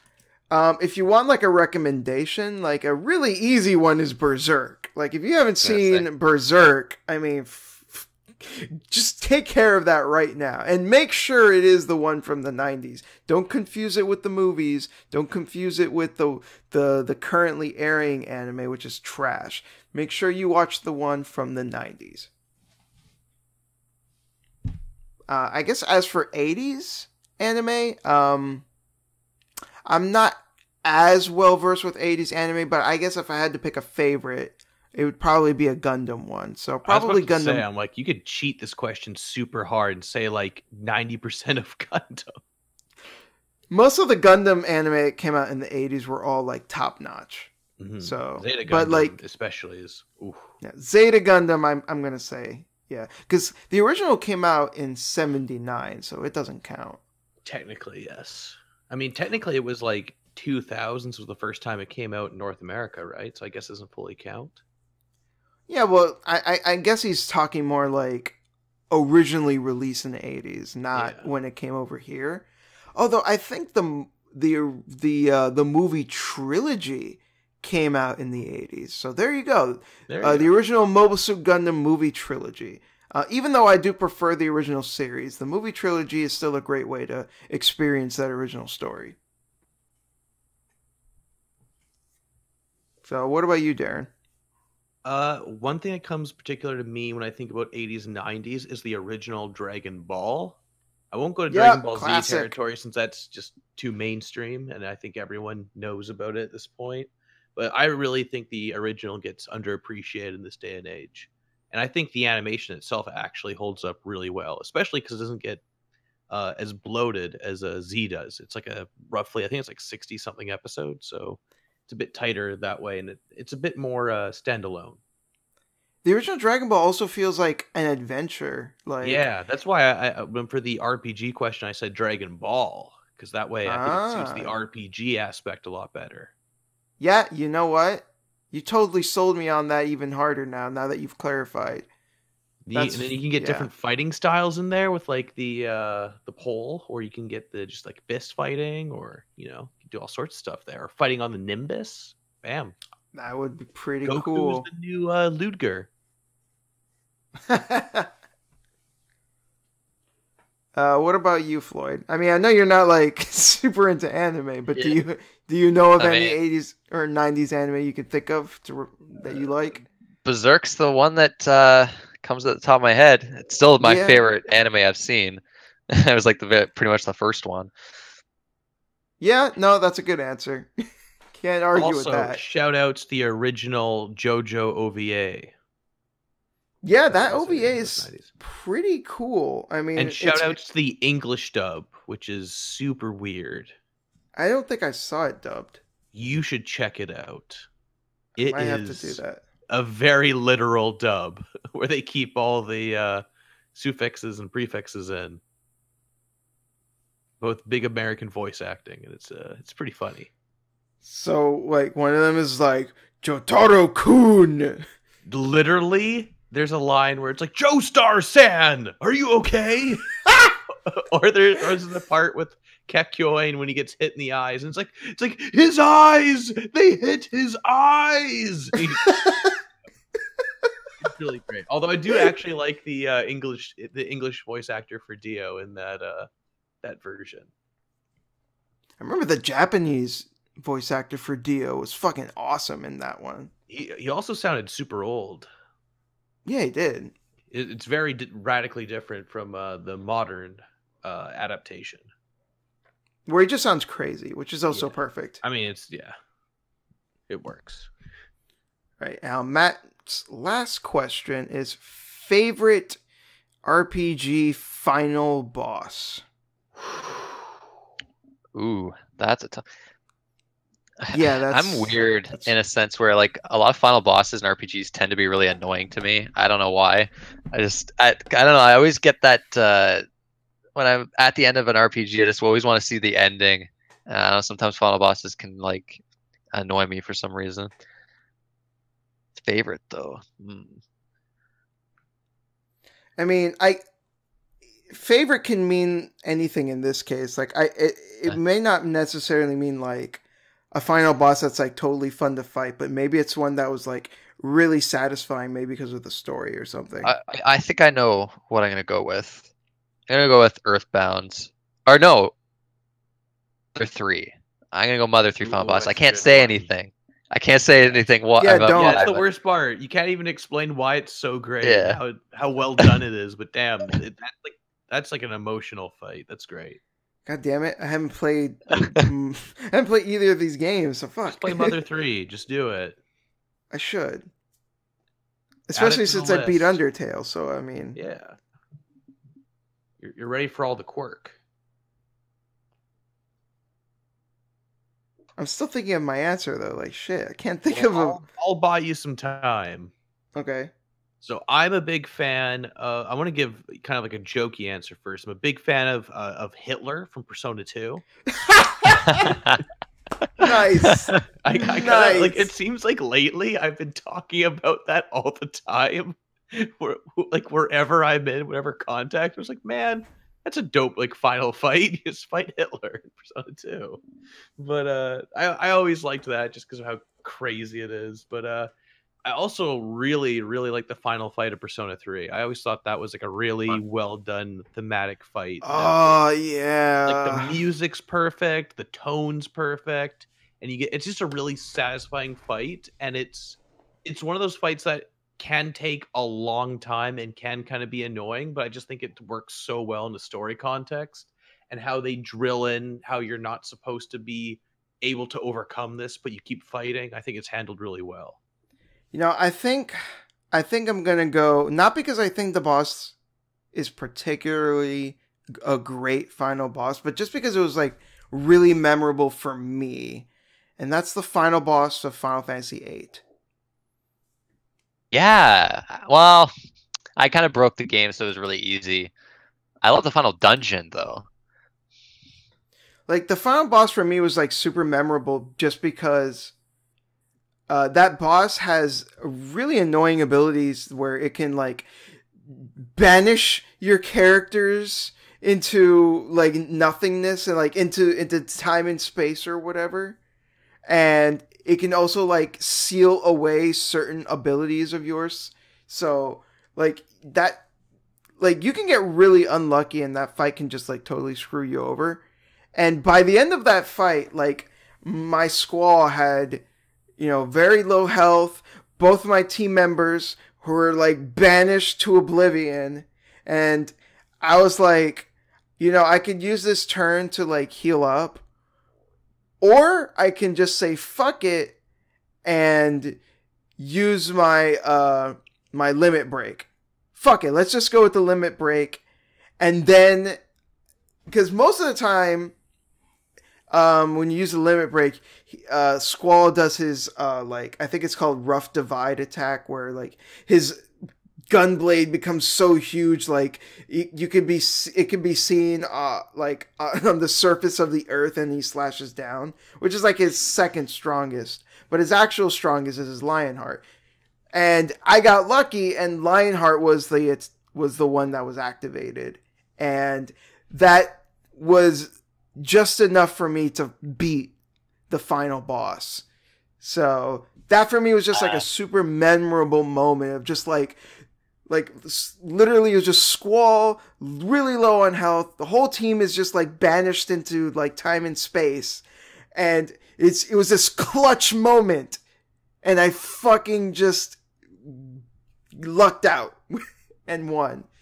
It's one of those super memorable close encounter fights that will always stick with you. Yeah. So even if like the boss itself may not be like, thinking back on it, it's a pretty cheap boss, but that's just so close to my heart. It's just like, it's special. Also, I want to shout out to Lavos from Chrono Trigger, because that's a great one. That's a pretty good one. C6 has an awesome final boss. I haven't played Final Fantasy 6 yet. It's got some Forgetting good music for that one too. Yeah, there's a lot of classic RPGs I've missed out on. Instead, I wasted my childhood on weird ones like Guardians Crusade on the PS1, which is that's not great. Yeah, one of those kids. I mean, I had what I had, man. Yeah, fair enough. And these are the final two questions. Man, you guys sent a lot of fucking questions. Thank you so much. This last question is by Salazar Naruto 52.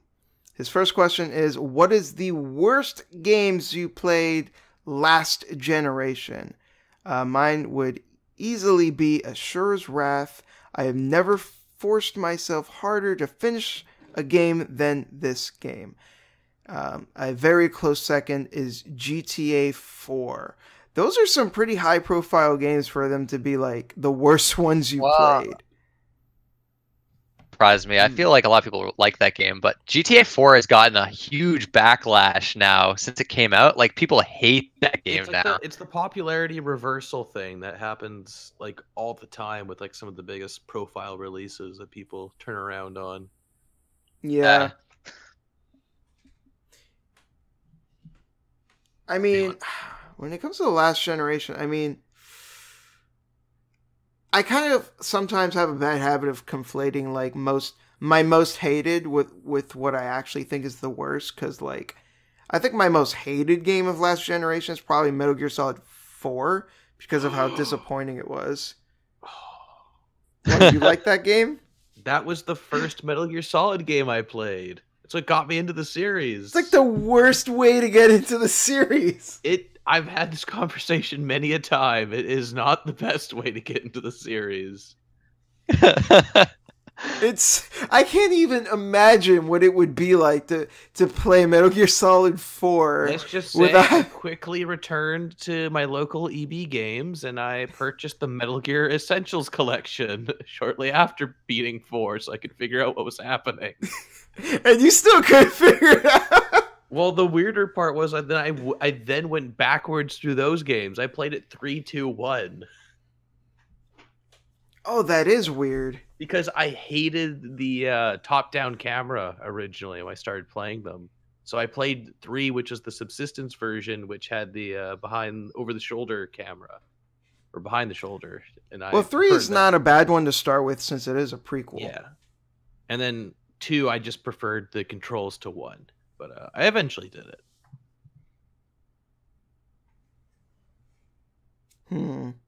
I'm still trying to think, like, because MGS4 is not, like, a fair pick. Like, I know for me, this last generation is when I was obsessed with achievements on Xbox 360. I was like, it was a bad time. So I played a lot of terrible games just for achievements. I'm not proud of it, but I did. And the one that always jumps out at me is a game called Vampire Reign. Oh, wow. Yeah, I've heard of that one. Like, that game was abysmal. Like, the controls were horrendous. It was like one of those stealth games where if you got caught by an enemy, you died immediately. You could do nothing about it, and you'd go back like an hour. Like, the checkpoints were so few and far between. It looked horrible. The soundtrack was really bad. The combat was so janky. Everything was so janky. Like, the story was trash. It was just like there was no redeemable qualities with that game. It was just terrible. I played through the whole thing for fucking achievements. It was bad. All right, I just came with an answer. It's got to be the first Neptunia game. That game is a piece of shit. Oh, but you're talking about the original version. The original, right? The yeah, original. Okay. Yeah, because there was the remake, right? Right. I mean, I don't like the Neptunia series, like, in general, because I think they're a bunch of lazy, slapdash, fucking, like, pieces of shit, because they're all basically using the same assets. The games themselves are reusing the same assets already, and then the sequels are reusing those assets again. So it's like, oh, it's fucking lazy and bad. But like, that first Neptunia game was so janky and awful. Of the first one, like, I played through it. It was like as mediocre as you can possibly get for a JRPG. Like, everything about it was so low budget and just like, ugh. I was like vowed never to play another one ever again.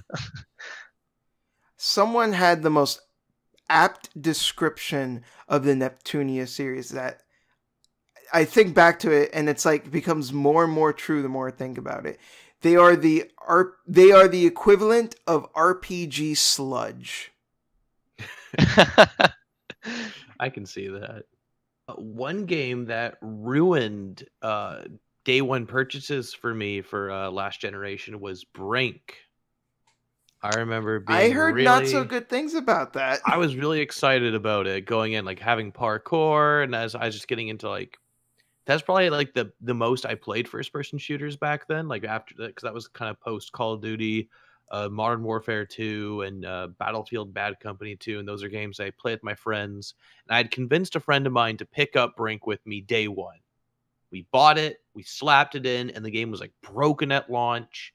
It was horrible. There was like no single player content, and it just was abysmal pretty much throughout its entire life. And it just burned me on day one purchases ever since then. And I have always, whenever I look at that game on like, because sometimes on Steam, they'll just cycle through random games like, hey, recommended for you, Brink. And I'm like, no, fuck you. Don't you ever show me this again.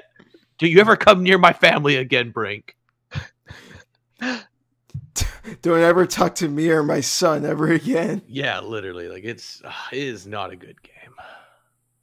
For that, I'm surprised I never played it because that was when I was obsessed with achievements. I would have. It seems like something I would have at least tried, but I never It did. might have been hard to get achievements for that because it was like all multiplayer based. Stay away from a lot of the online multiplayer games because you had to like grind out achievements on those. It was always a pain. I'm glad I never became that obsessed with achievements. It was like I played like stuff like Two Worlds is a game that gets a lot of shit. I actually liked it. I'm like a crazy person apparently for that. That game was a mess. They hyped up I remember my friend was so stoked on that game and he was trying to show me how cool it was and he like broke the final boss and like fell through the game world. Wow. What a great game. It's a bad game, but for whatever reason I liked it. I don't know. It was bizarre. So every Tuesday you go back to it and you relive Two World Tuesdays. For those that don't know, that's a feature IGN did. Every Tuesday they would have like a video preview or some sort of big coverage of Two Worlds up till its release. Wow. Yeah. That game had tons of hype. It was supposed to be like the Elder Scrolls killer. Controversial opinion. I do think it's actually better than Oblivion. I don't know if I can stand on that side of history with you. I had more fun playing it, I think. I kind of like the RPG systems. I could see there's some fun to be had there. But did you play Two Worlds 2? I did. Yep. Like as much. It got better reviews, but I don't know, for whatever reason it didn't stick with me as much. So you are you serious? You preferred the shittier game? I did for some reason. I don't know why. But like this was like it was a weird time for me, like the achievement days. I just play every game almost and just like a lot of shitty games and some I would like. You know what? I take back my previous answer. I just thought of a game that's way worse. Fucking Genji Days of the Blade. Yeah, we talked about this in the previous. Ooh, that game is a real piece of shit. Like, because Neptunia is just kind of like fucking dumb and stupid and really mediocre. That Genji Days of the Blade is like infuriating to play. Like that game, that for the uninitiated, this is the giant enemy crab game. Like, oh my god, just thinking about how frustrating the platforming becomes in that game. Like, I feel like I'm suffering from post-traumatic stress disorder just like thinking about it. Like, it was that bad. But anyways, moving on to the next question. The final question. What's your favorite saga in Dragon Ball Z? He goes on to say mine would be the Android/Cell saga. SSJ to Teen Gohan for the win. So he's combining two sagas. Yes. Huh. I guess, I don't know. I mean, I haven't watched Dragon Ball literally since I was like 10. So. Same. So, I mean, it's hard for me to say like which is my favorite saga because like it's just been so long since I watched it. But I guess the Frieza saga, I guess I would have to say just because like it's the one that stuck with me the most, I guess. Yeah. It definitely had the most reruns of any saga. I remember even as a kid thinking like, holy shit, there's like 20 episodes dedicated to this one fight with Frieza. Yeah. I remember going to like YTV in Canada and just going after school to watch it. It would air the same episode like 2 days in a row. And I'm like, come on, I want to see what happens. Frieza said the planet would explode in 5 minutes. What's going to happen? Yeah, I remember he would be counting down. It's like, you only have 4 minutes. And then like 3 episodes would go by. You only have 3 minutes. Like, wait, what? Frickin' Hunter x Hunter did that way worse. They have like 2 episodes that take place, and you find out that those only actually took 2 minutes in real time. And you're like, wait, what? Oh, that's nuts. I just did the same thing. I watched it on YTV as well. That's funny. Watching Dragon Ball Z after the Frieza saga, honestly. But it's so memorable to me because I remember like coming home from school every day and watching it episode by episode, and the fight would just still be continuing on 10 episodes later. It's like, when is this gonna end? And then I think when the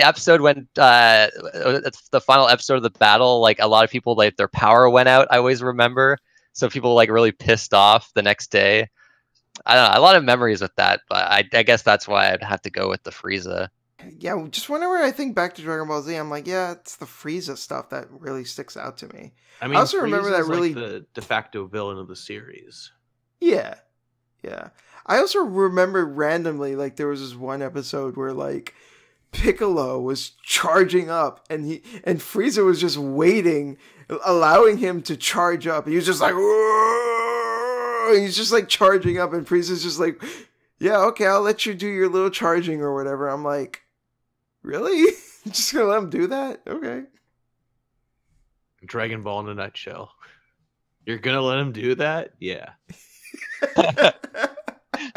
Vegeta, you're really gonna let Cell absorb Android 18? Yeah. Vegeta, you're really gonna let Majin Buu do this? Yeah. I want to see how strong he gets. I think that's more Goku, right? Well, now it is. Goku's passed on that torch, or he has that torch pretty hardcore. But I'd agree with the answer they provide with the Android and the Cell Saga are both excellent. I'd give the slight preference to Cell Saga because I think it has the best Super Saiyan transformation with Gohan going Super Saiyan 2. And it has like the cool moment of kind of the torch being passed on, and you can kind of see how Toriyama wanted the series to end there. And I think that would have been the best concluding point for the series. I'm pretty sure he wanted it to end a lot earlier than that. Oh, he did. But the Cell Saga he wrote to be the end, and then Boo happened. Yeah, and then they were like, no, you must make more money. Pretty much. I think Shonen Jump, like back pretty much up until the original run ended, just kept egging him on to do it because it was too popular. Oh yeah, people ate it up. Also, Future Trunks is in both those arcs, so that automatically gives it an edge. So we come to the final segment of the podcast. I need to ask, because I forgot to ask, Floyd, did you have a chance to finish Area 88? Fortunately, I only got to see half of the last act, I guess you'd call it. Unfortunately, I just didn't have enough time. But I have seen most of it, though. Right, so do you want to talk about what you've seen, at least? Yeah, we might as well. All right, for the sake of clarity, like, how much exactly did you see? So this was... So you saw, like, Acts 1 and 2, right? Yeah, basically. And then, how much did I see of Act 3? Shit. Don't know exactly. I forget where I stopped. That's the thing. Okay, well, I guess we'll talk about more about what happens in Acts 1 and 2 then. Okay. So, I know Darren actually went above and beyond. He didn't have to do this, but Darren went ahead and watched Area 88 to completion. And, dude, you didn't have to do that. That was really cool of you. Hey, I got into it. I wanted to see how they wrapped it up. It's good, right? Yeah, I actually really enjoyed it. It kind of reminded me, because I'm a big fan of the Ace Combat games, and it kind of reminded me of like a really cool Ace Combat anime. Yeah, I could see that. I mean, I never really played the Ace Combat games, but yeah, that makes sense. It's definitely very similar to the idea of them doing kind of like the ludicrous stuff. It's still within like the realm of realism, but it's kind of like the fact that like they go upside down, shoot bombs off of like a carrier plane is something that you would totally. That's totally like a mission in like a Ace Combat game. So it definitely has the vibe going, especially with the Ace pilots. Oh, cool. So I need to ask Floyd, based on what you've seen at least, like, have you been enjoying it? I dig it for the most part. I feel like I don't know, it's weird. I don't know if it's like I don't know, too long for what they're trying to for the story I guess they're trying to tell, but it's maybe that the pacing is a little, I don't know, it's hard to watch like too much of it at one time for whatever reason. Like I have to kind of take breaks from it, even though I actually do like it. And I guess it does remind me of a lot of like war movies I've seen. Like it's got like that war theme going on, but there's some interesting aspects to it that I think are kind of interesting. Like from the start, like I thought it was kind of interesting how he gets tricked into joining the I guess it's what's like the mercenary the group. Foreign Legion. Yeah, like how he's tricked into getting into there, and like the only way to leave it was like you have to earn enough money, or you get known as a deserter, which is like really bad. Like you don't want that to happen to you. And then there was what the other way was like. What was the other way? You have to complete 3 years of service, I believe. Yeah, 3 years of service, which that I thought was cool. I thought that was kind of interesting. Then I like the 80s anime feel it has. The action sequences are really cool. Actually, I actually really enjoyed that, and like the more realistic setting in this as well, and just a lot of like the references like the Vietnam War, and then the psychological state of a lot of the characters in the anime I thought was really cool as well. And then just this big central thing with it, what I kind of liked is he ends up killing like just so many people the longer he's there, and then he starts to like hate himself for what he basically becomes. He becomes like a very miserable person. It's a pretty depressing look at like war and like kind of the effects it has on people, which I've always loved that kind of thing in movies, which I liked. I also want to say shout outs to every time they say the smell of blood and gunpowder, and every time they say that, take a shot. They do say that a lot. Do they? I don't remember. Well, I watched the. Yeah, I they originally do. started watching the Japanese sub, and I switched to the English dub, and at least in that version, they definitely say that quite a few times. In the sub or dub? The dub. Oh, okay. I actually went back and forth between the two for a bit, but then I did stick with the English sub. The English dub is a little, I don't know. I remember the dub being a bit wonky. I think the main characters are all pretty good, but there's definitely like some of the side characters are pretty goofy. Yeah, I remember the dub. The actors didn't sound appropriate for the material. Like it's a pretty serious show, but some of the actors just didn't sound like they were. I wouldn't go as far as say they weren't taking it seriously, but they didn't sound appropriate.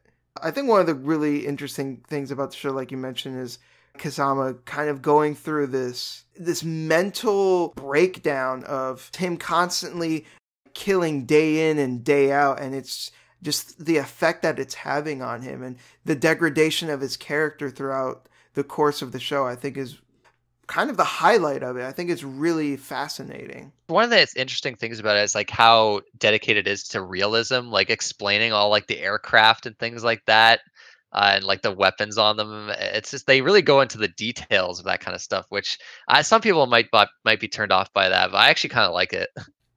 Yeah, that is definitely really cool.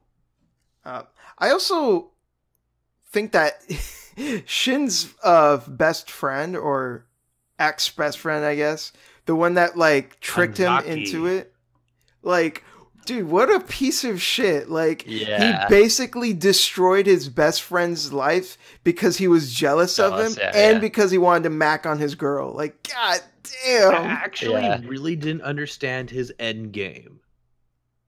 Because he seems like throughout the entire show, Kanzaki, the guy who tricks Shin into going to Area 88 and enlisting with their army, he seems to have like this master plan, and then it kind of all just falls apart. I was just so confused because it seems like with all the planning and foresight he had, he could have totally like gotten around it, but I don't know. It seemed like weird, his end game of like what his ultimate goal was. I think he wanted that pink-haired chick. I gotta say, that entire shower scene, I was like ready to start screaming at my monitor, being like, "Come on now, really?"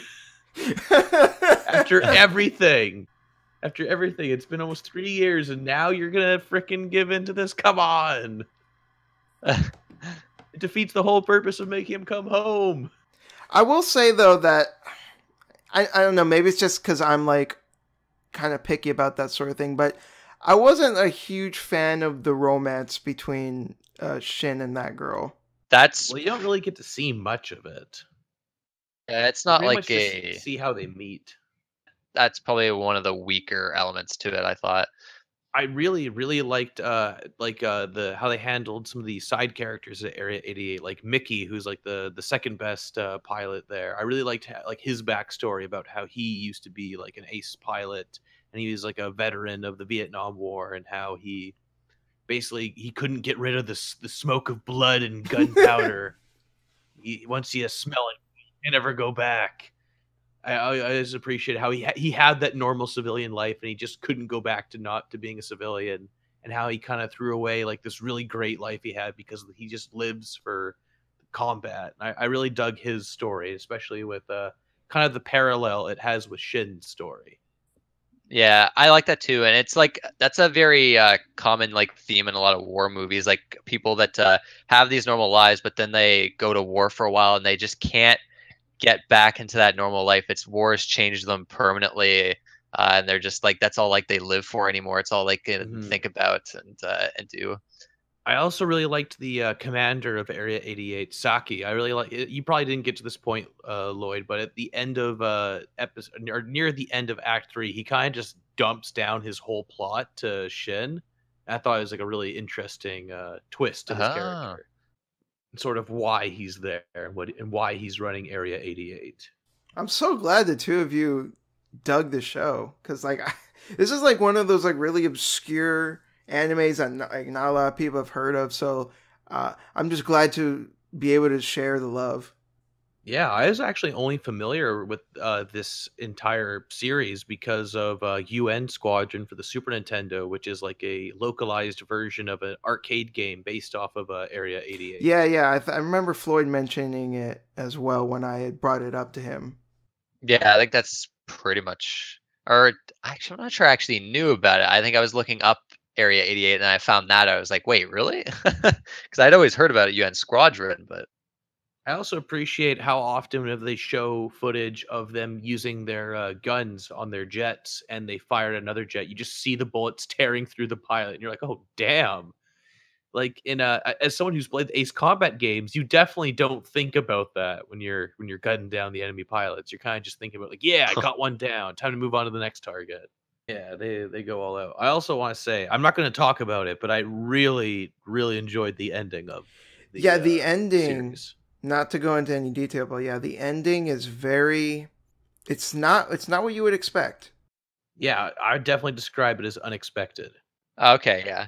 I'm really looking forward to it. I remember when the credits started rolling, I was like, holy shit, they ended it like that? Like there's nothing more? That's it? I was like, holy shit. Like the first thing I looked up, I'm like, is like the other adaptations of this different? Like, yeah, they ended it this way? Like it's an ambiguous ending. Like I think some people would be disappointed by the kind of lack of finality in a certain way, but like I think it's actually more powerful the way that they ended it the way they did. Definitely. I think it works to great effect, especially because I think the events that lead up to it give you enough finality there. Yes. And if you kind of make your own judgments based off of how characters act and how the story progresses at that point, you can understand where the logical conclusions would have to be. Kind of my thought process on what makes a good character is not necessarily whether you agree with that character's actions, but more so that those characters' actions are consistent with how you've come to understand them up to that point. And I really feel that ending, his actions is the culmination of his character up to that point. Yeah, I'd agree with that. All right, so I know you're not done with Area 88 yet. So do you want me to recommend you the next anime anyways, or do you want to finish it first? Yeah. No, I don't have much left anyways, so and I think it just makes more sense to Okay, and to if you want recommend the it next now. episode, you can like still give your final thoughts on Area 88 and you know, kind of like put a cap to it. Yes. Okay. So I've been recommending you like some really short animes or some movies to kind of like make it easier for you to kind of get into the swing of things with anime. So now I want to try and recommend you a series, but it would be unrealistic to expect you to watch like a full 25 episode series before the next episode. And that would be kind of unfair as well. So all I'm going to ask of you is to try to watch between 3 to 5 episodes. And based on those 3 to 5 episodes, you can decide whether you want to continue watching or not. Does that sound fair? Yeah. Now, yeah, and I think this is something I've done with TV shows as well. I feel like if you watch at least 5 to 6 or 4 to 5 episodes of a TV series, that's a point where you can, I think, properly judge as to whether you want to see the rest of the series if you like it enough from there. So this next one I'm going to recommend, and Darren, you should watch it too. I've actually recommended it to you before. I don't know if you've watched it yet, but it's one of my absolute most favorite anime called Gungrave. Oh yes, we've had this conversation before. Yeah, I think we had it on like one of your podcast episodes actually. I remember mentioning it. It's like, it's so good, watch it. Yeah. It's like Berserk. It is like Berserk. So like, except it's not like a medieval fantasy, but it's more like The Godfather. I will have to warn you though that the first episode is kind of rough, because like the first episode kind of gives this impression that like it's this dumb, schlocky, like weird sci-fi action show. It seems weird, kind of like Berserk. Yes, but then episode 2 starts in a flashback, and then the rest of the show is leading up back to episode 1. So you have like a full understanding of what happens. And episode 2 is going to feel like a huge like dynamic shift. It's like not even going to feel like the same show. And that's when the show like truly starts. And if you aren't hooked by the end of episode 2, I'd be very shocked. I think the ending of episode 2 is like sobering. Like that, the end of that episode is like, whoa, shit is getting real. That first episode, gotta warn you, it's a bit rough, but trust me, like it gets so much better. The sci-fi stuff is not as pronounced as it may seem. Like in the first episode, it comes off as kind of like a weird show, and then when it goes into the flashback, and then the show leads back into episode 1, it slowly integrates that back into the story in a way that doesn't seem quite as like weird, and you have more of an understanding. It's like, oh, okay, so this is where this comes from. And I also have to say that like, the ending of the show might be one of my favorite endings, period. This has one of the best endings I have ever seen. Not just for an anime, but just in general. The end, like that final episode, I would almost go as far as say is perfect. Like in terms of tone, the dialogue, like what happens, like it's just absolute perfection. If you really loved Berserk, like this has, while not coming off as a ripoff, it still very much feels like its own thing. It does have shades of Berserk. Like it does feel like it's not borrowing per se, but it does, you do feel some of that inspiration from it, but doing its own thing with it. It's a pretty great show in my opinion.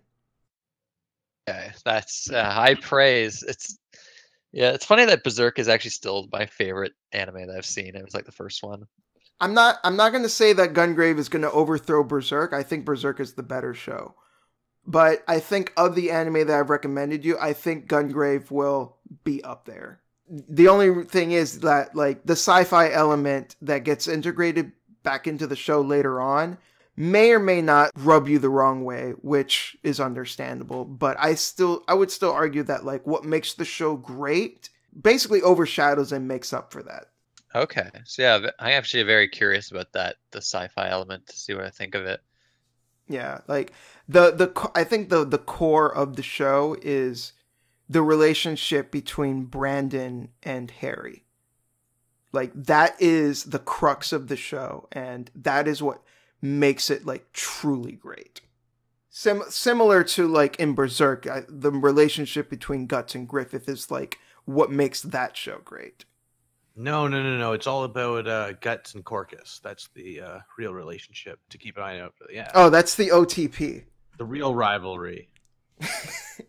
But yeah, I want to really thank you for coming on, man. Thank you for being our first guest. You know, real pleasure having you on. Because you're just such an awesome dude. Wow. Thank you. Yeah. Thanks for both the kind words and having me on, especially as the first guest. It was a great honor, and I've enjoyed the show so far, so it's been great to be on. Thank you. That's great to hear. Now, to kind of send us off, why don't you go ahead and, you know, plug yourself again, so everyone, just in case, you know, they need it, so they know where to find you. You know, go ahead and plug yourself. Just in case people need to find the place where you talk about ink holes, you gotta go to. Oh, I still can't get over that. But dude, that was like perfect. Just like, yeah. Mwah, what a beautiful spicy meatball. Yeah, pretty much. I think we were like saying something similar to that while we were recording. We're like, damn, this went in a great direction. But if you want to check out my podcast, it's the Gaming Pilgrimage Podcast, which should be available on most podcast-based services like SoundCloud, Podbean, iTunes. It should all be there. If not, just check out SoundCloud. It's all stored there. Otherwise, I have the YouTube channel, The Gaming Pilgrimage. Hopefully, I'll have that Fire Emblem Fates review out within the next week. And I also have a Twitch, which is the same, The Gaming Pilgrimage. And sometimes I stream games. And that is it for me. Thanks again for having me on, guys. It's been a real pleasure. And I also want to thank you, Shintai, for the recommendation of Area 88, because I really enjoyed it. I'm glad you enjoyed it, because as I mentioned before, it's just this kind of little obscure anime that not a lot of people have heard of. So I'm just glad that I can show it to new people and get as much enjoyment out of it as I did. Yeah, it answers that earlier question. Yeah. Although I guess I wasn't really ridiculing this. I just didn't know what it was. But it kind of works. It works out in its own way. All right, that's it, everyone. This was episode 5 of the Final Bosses podcast. We'll try to put out another episode, you know, because this one like took a while to come out. We're sorry about that. You know, shit happens. Real life, you know, gets in the way. Hopefully, you know, episode 6 won't take as long. But anyways, thank you so much. Take care, everyone.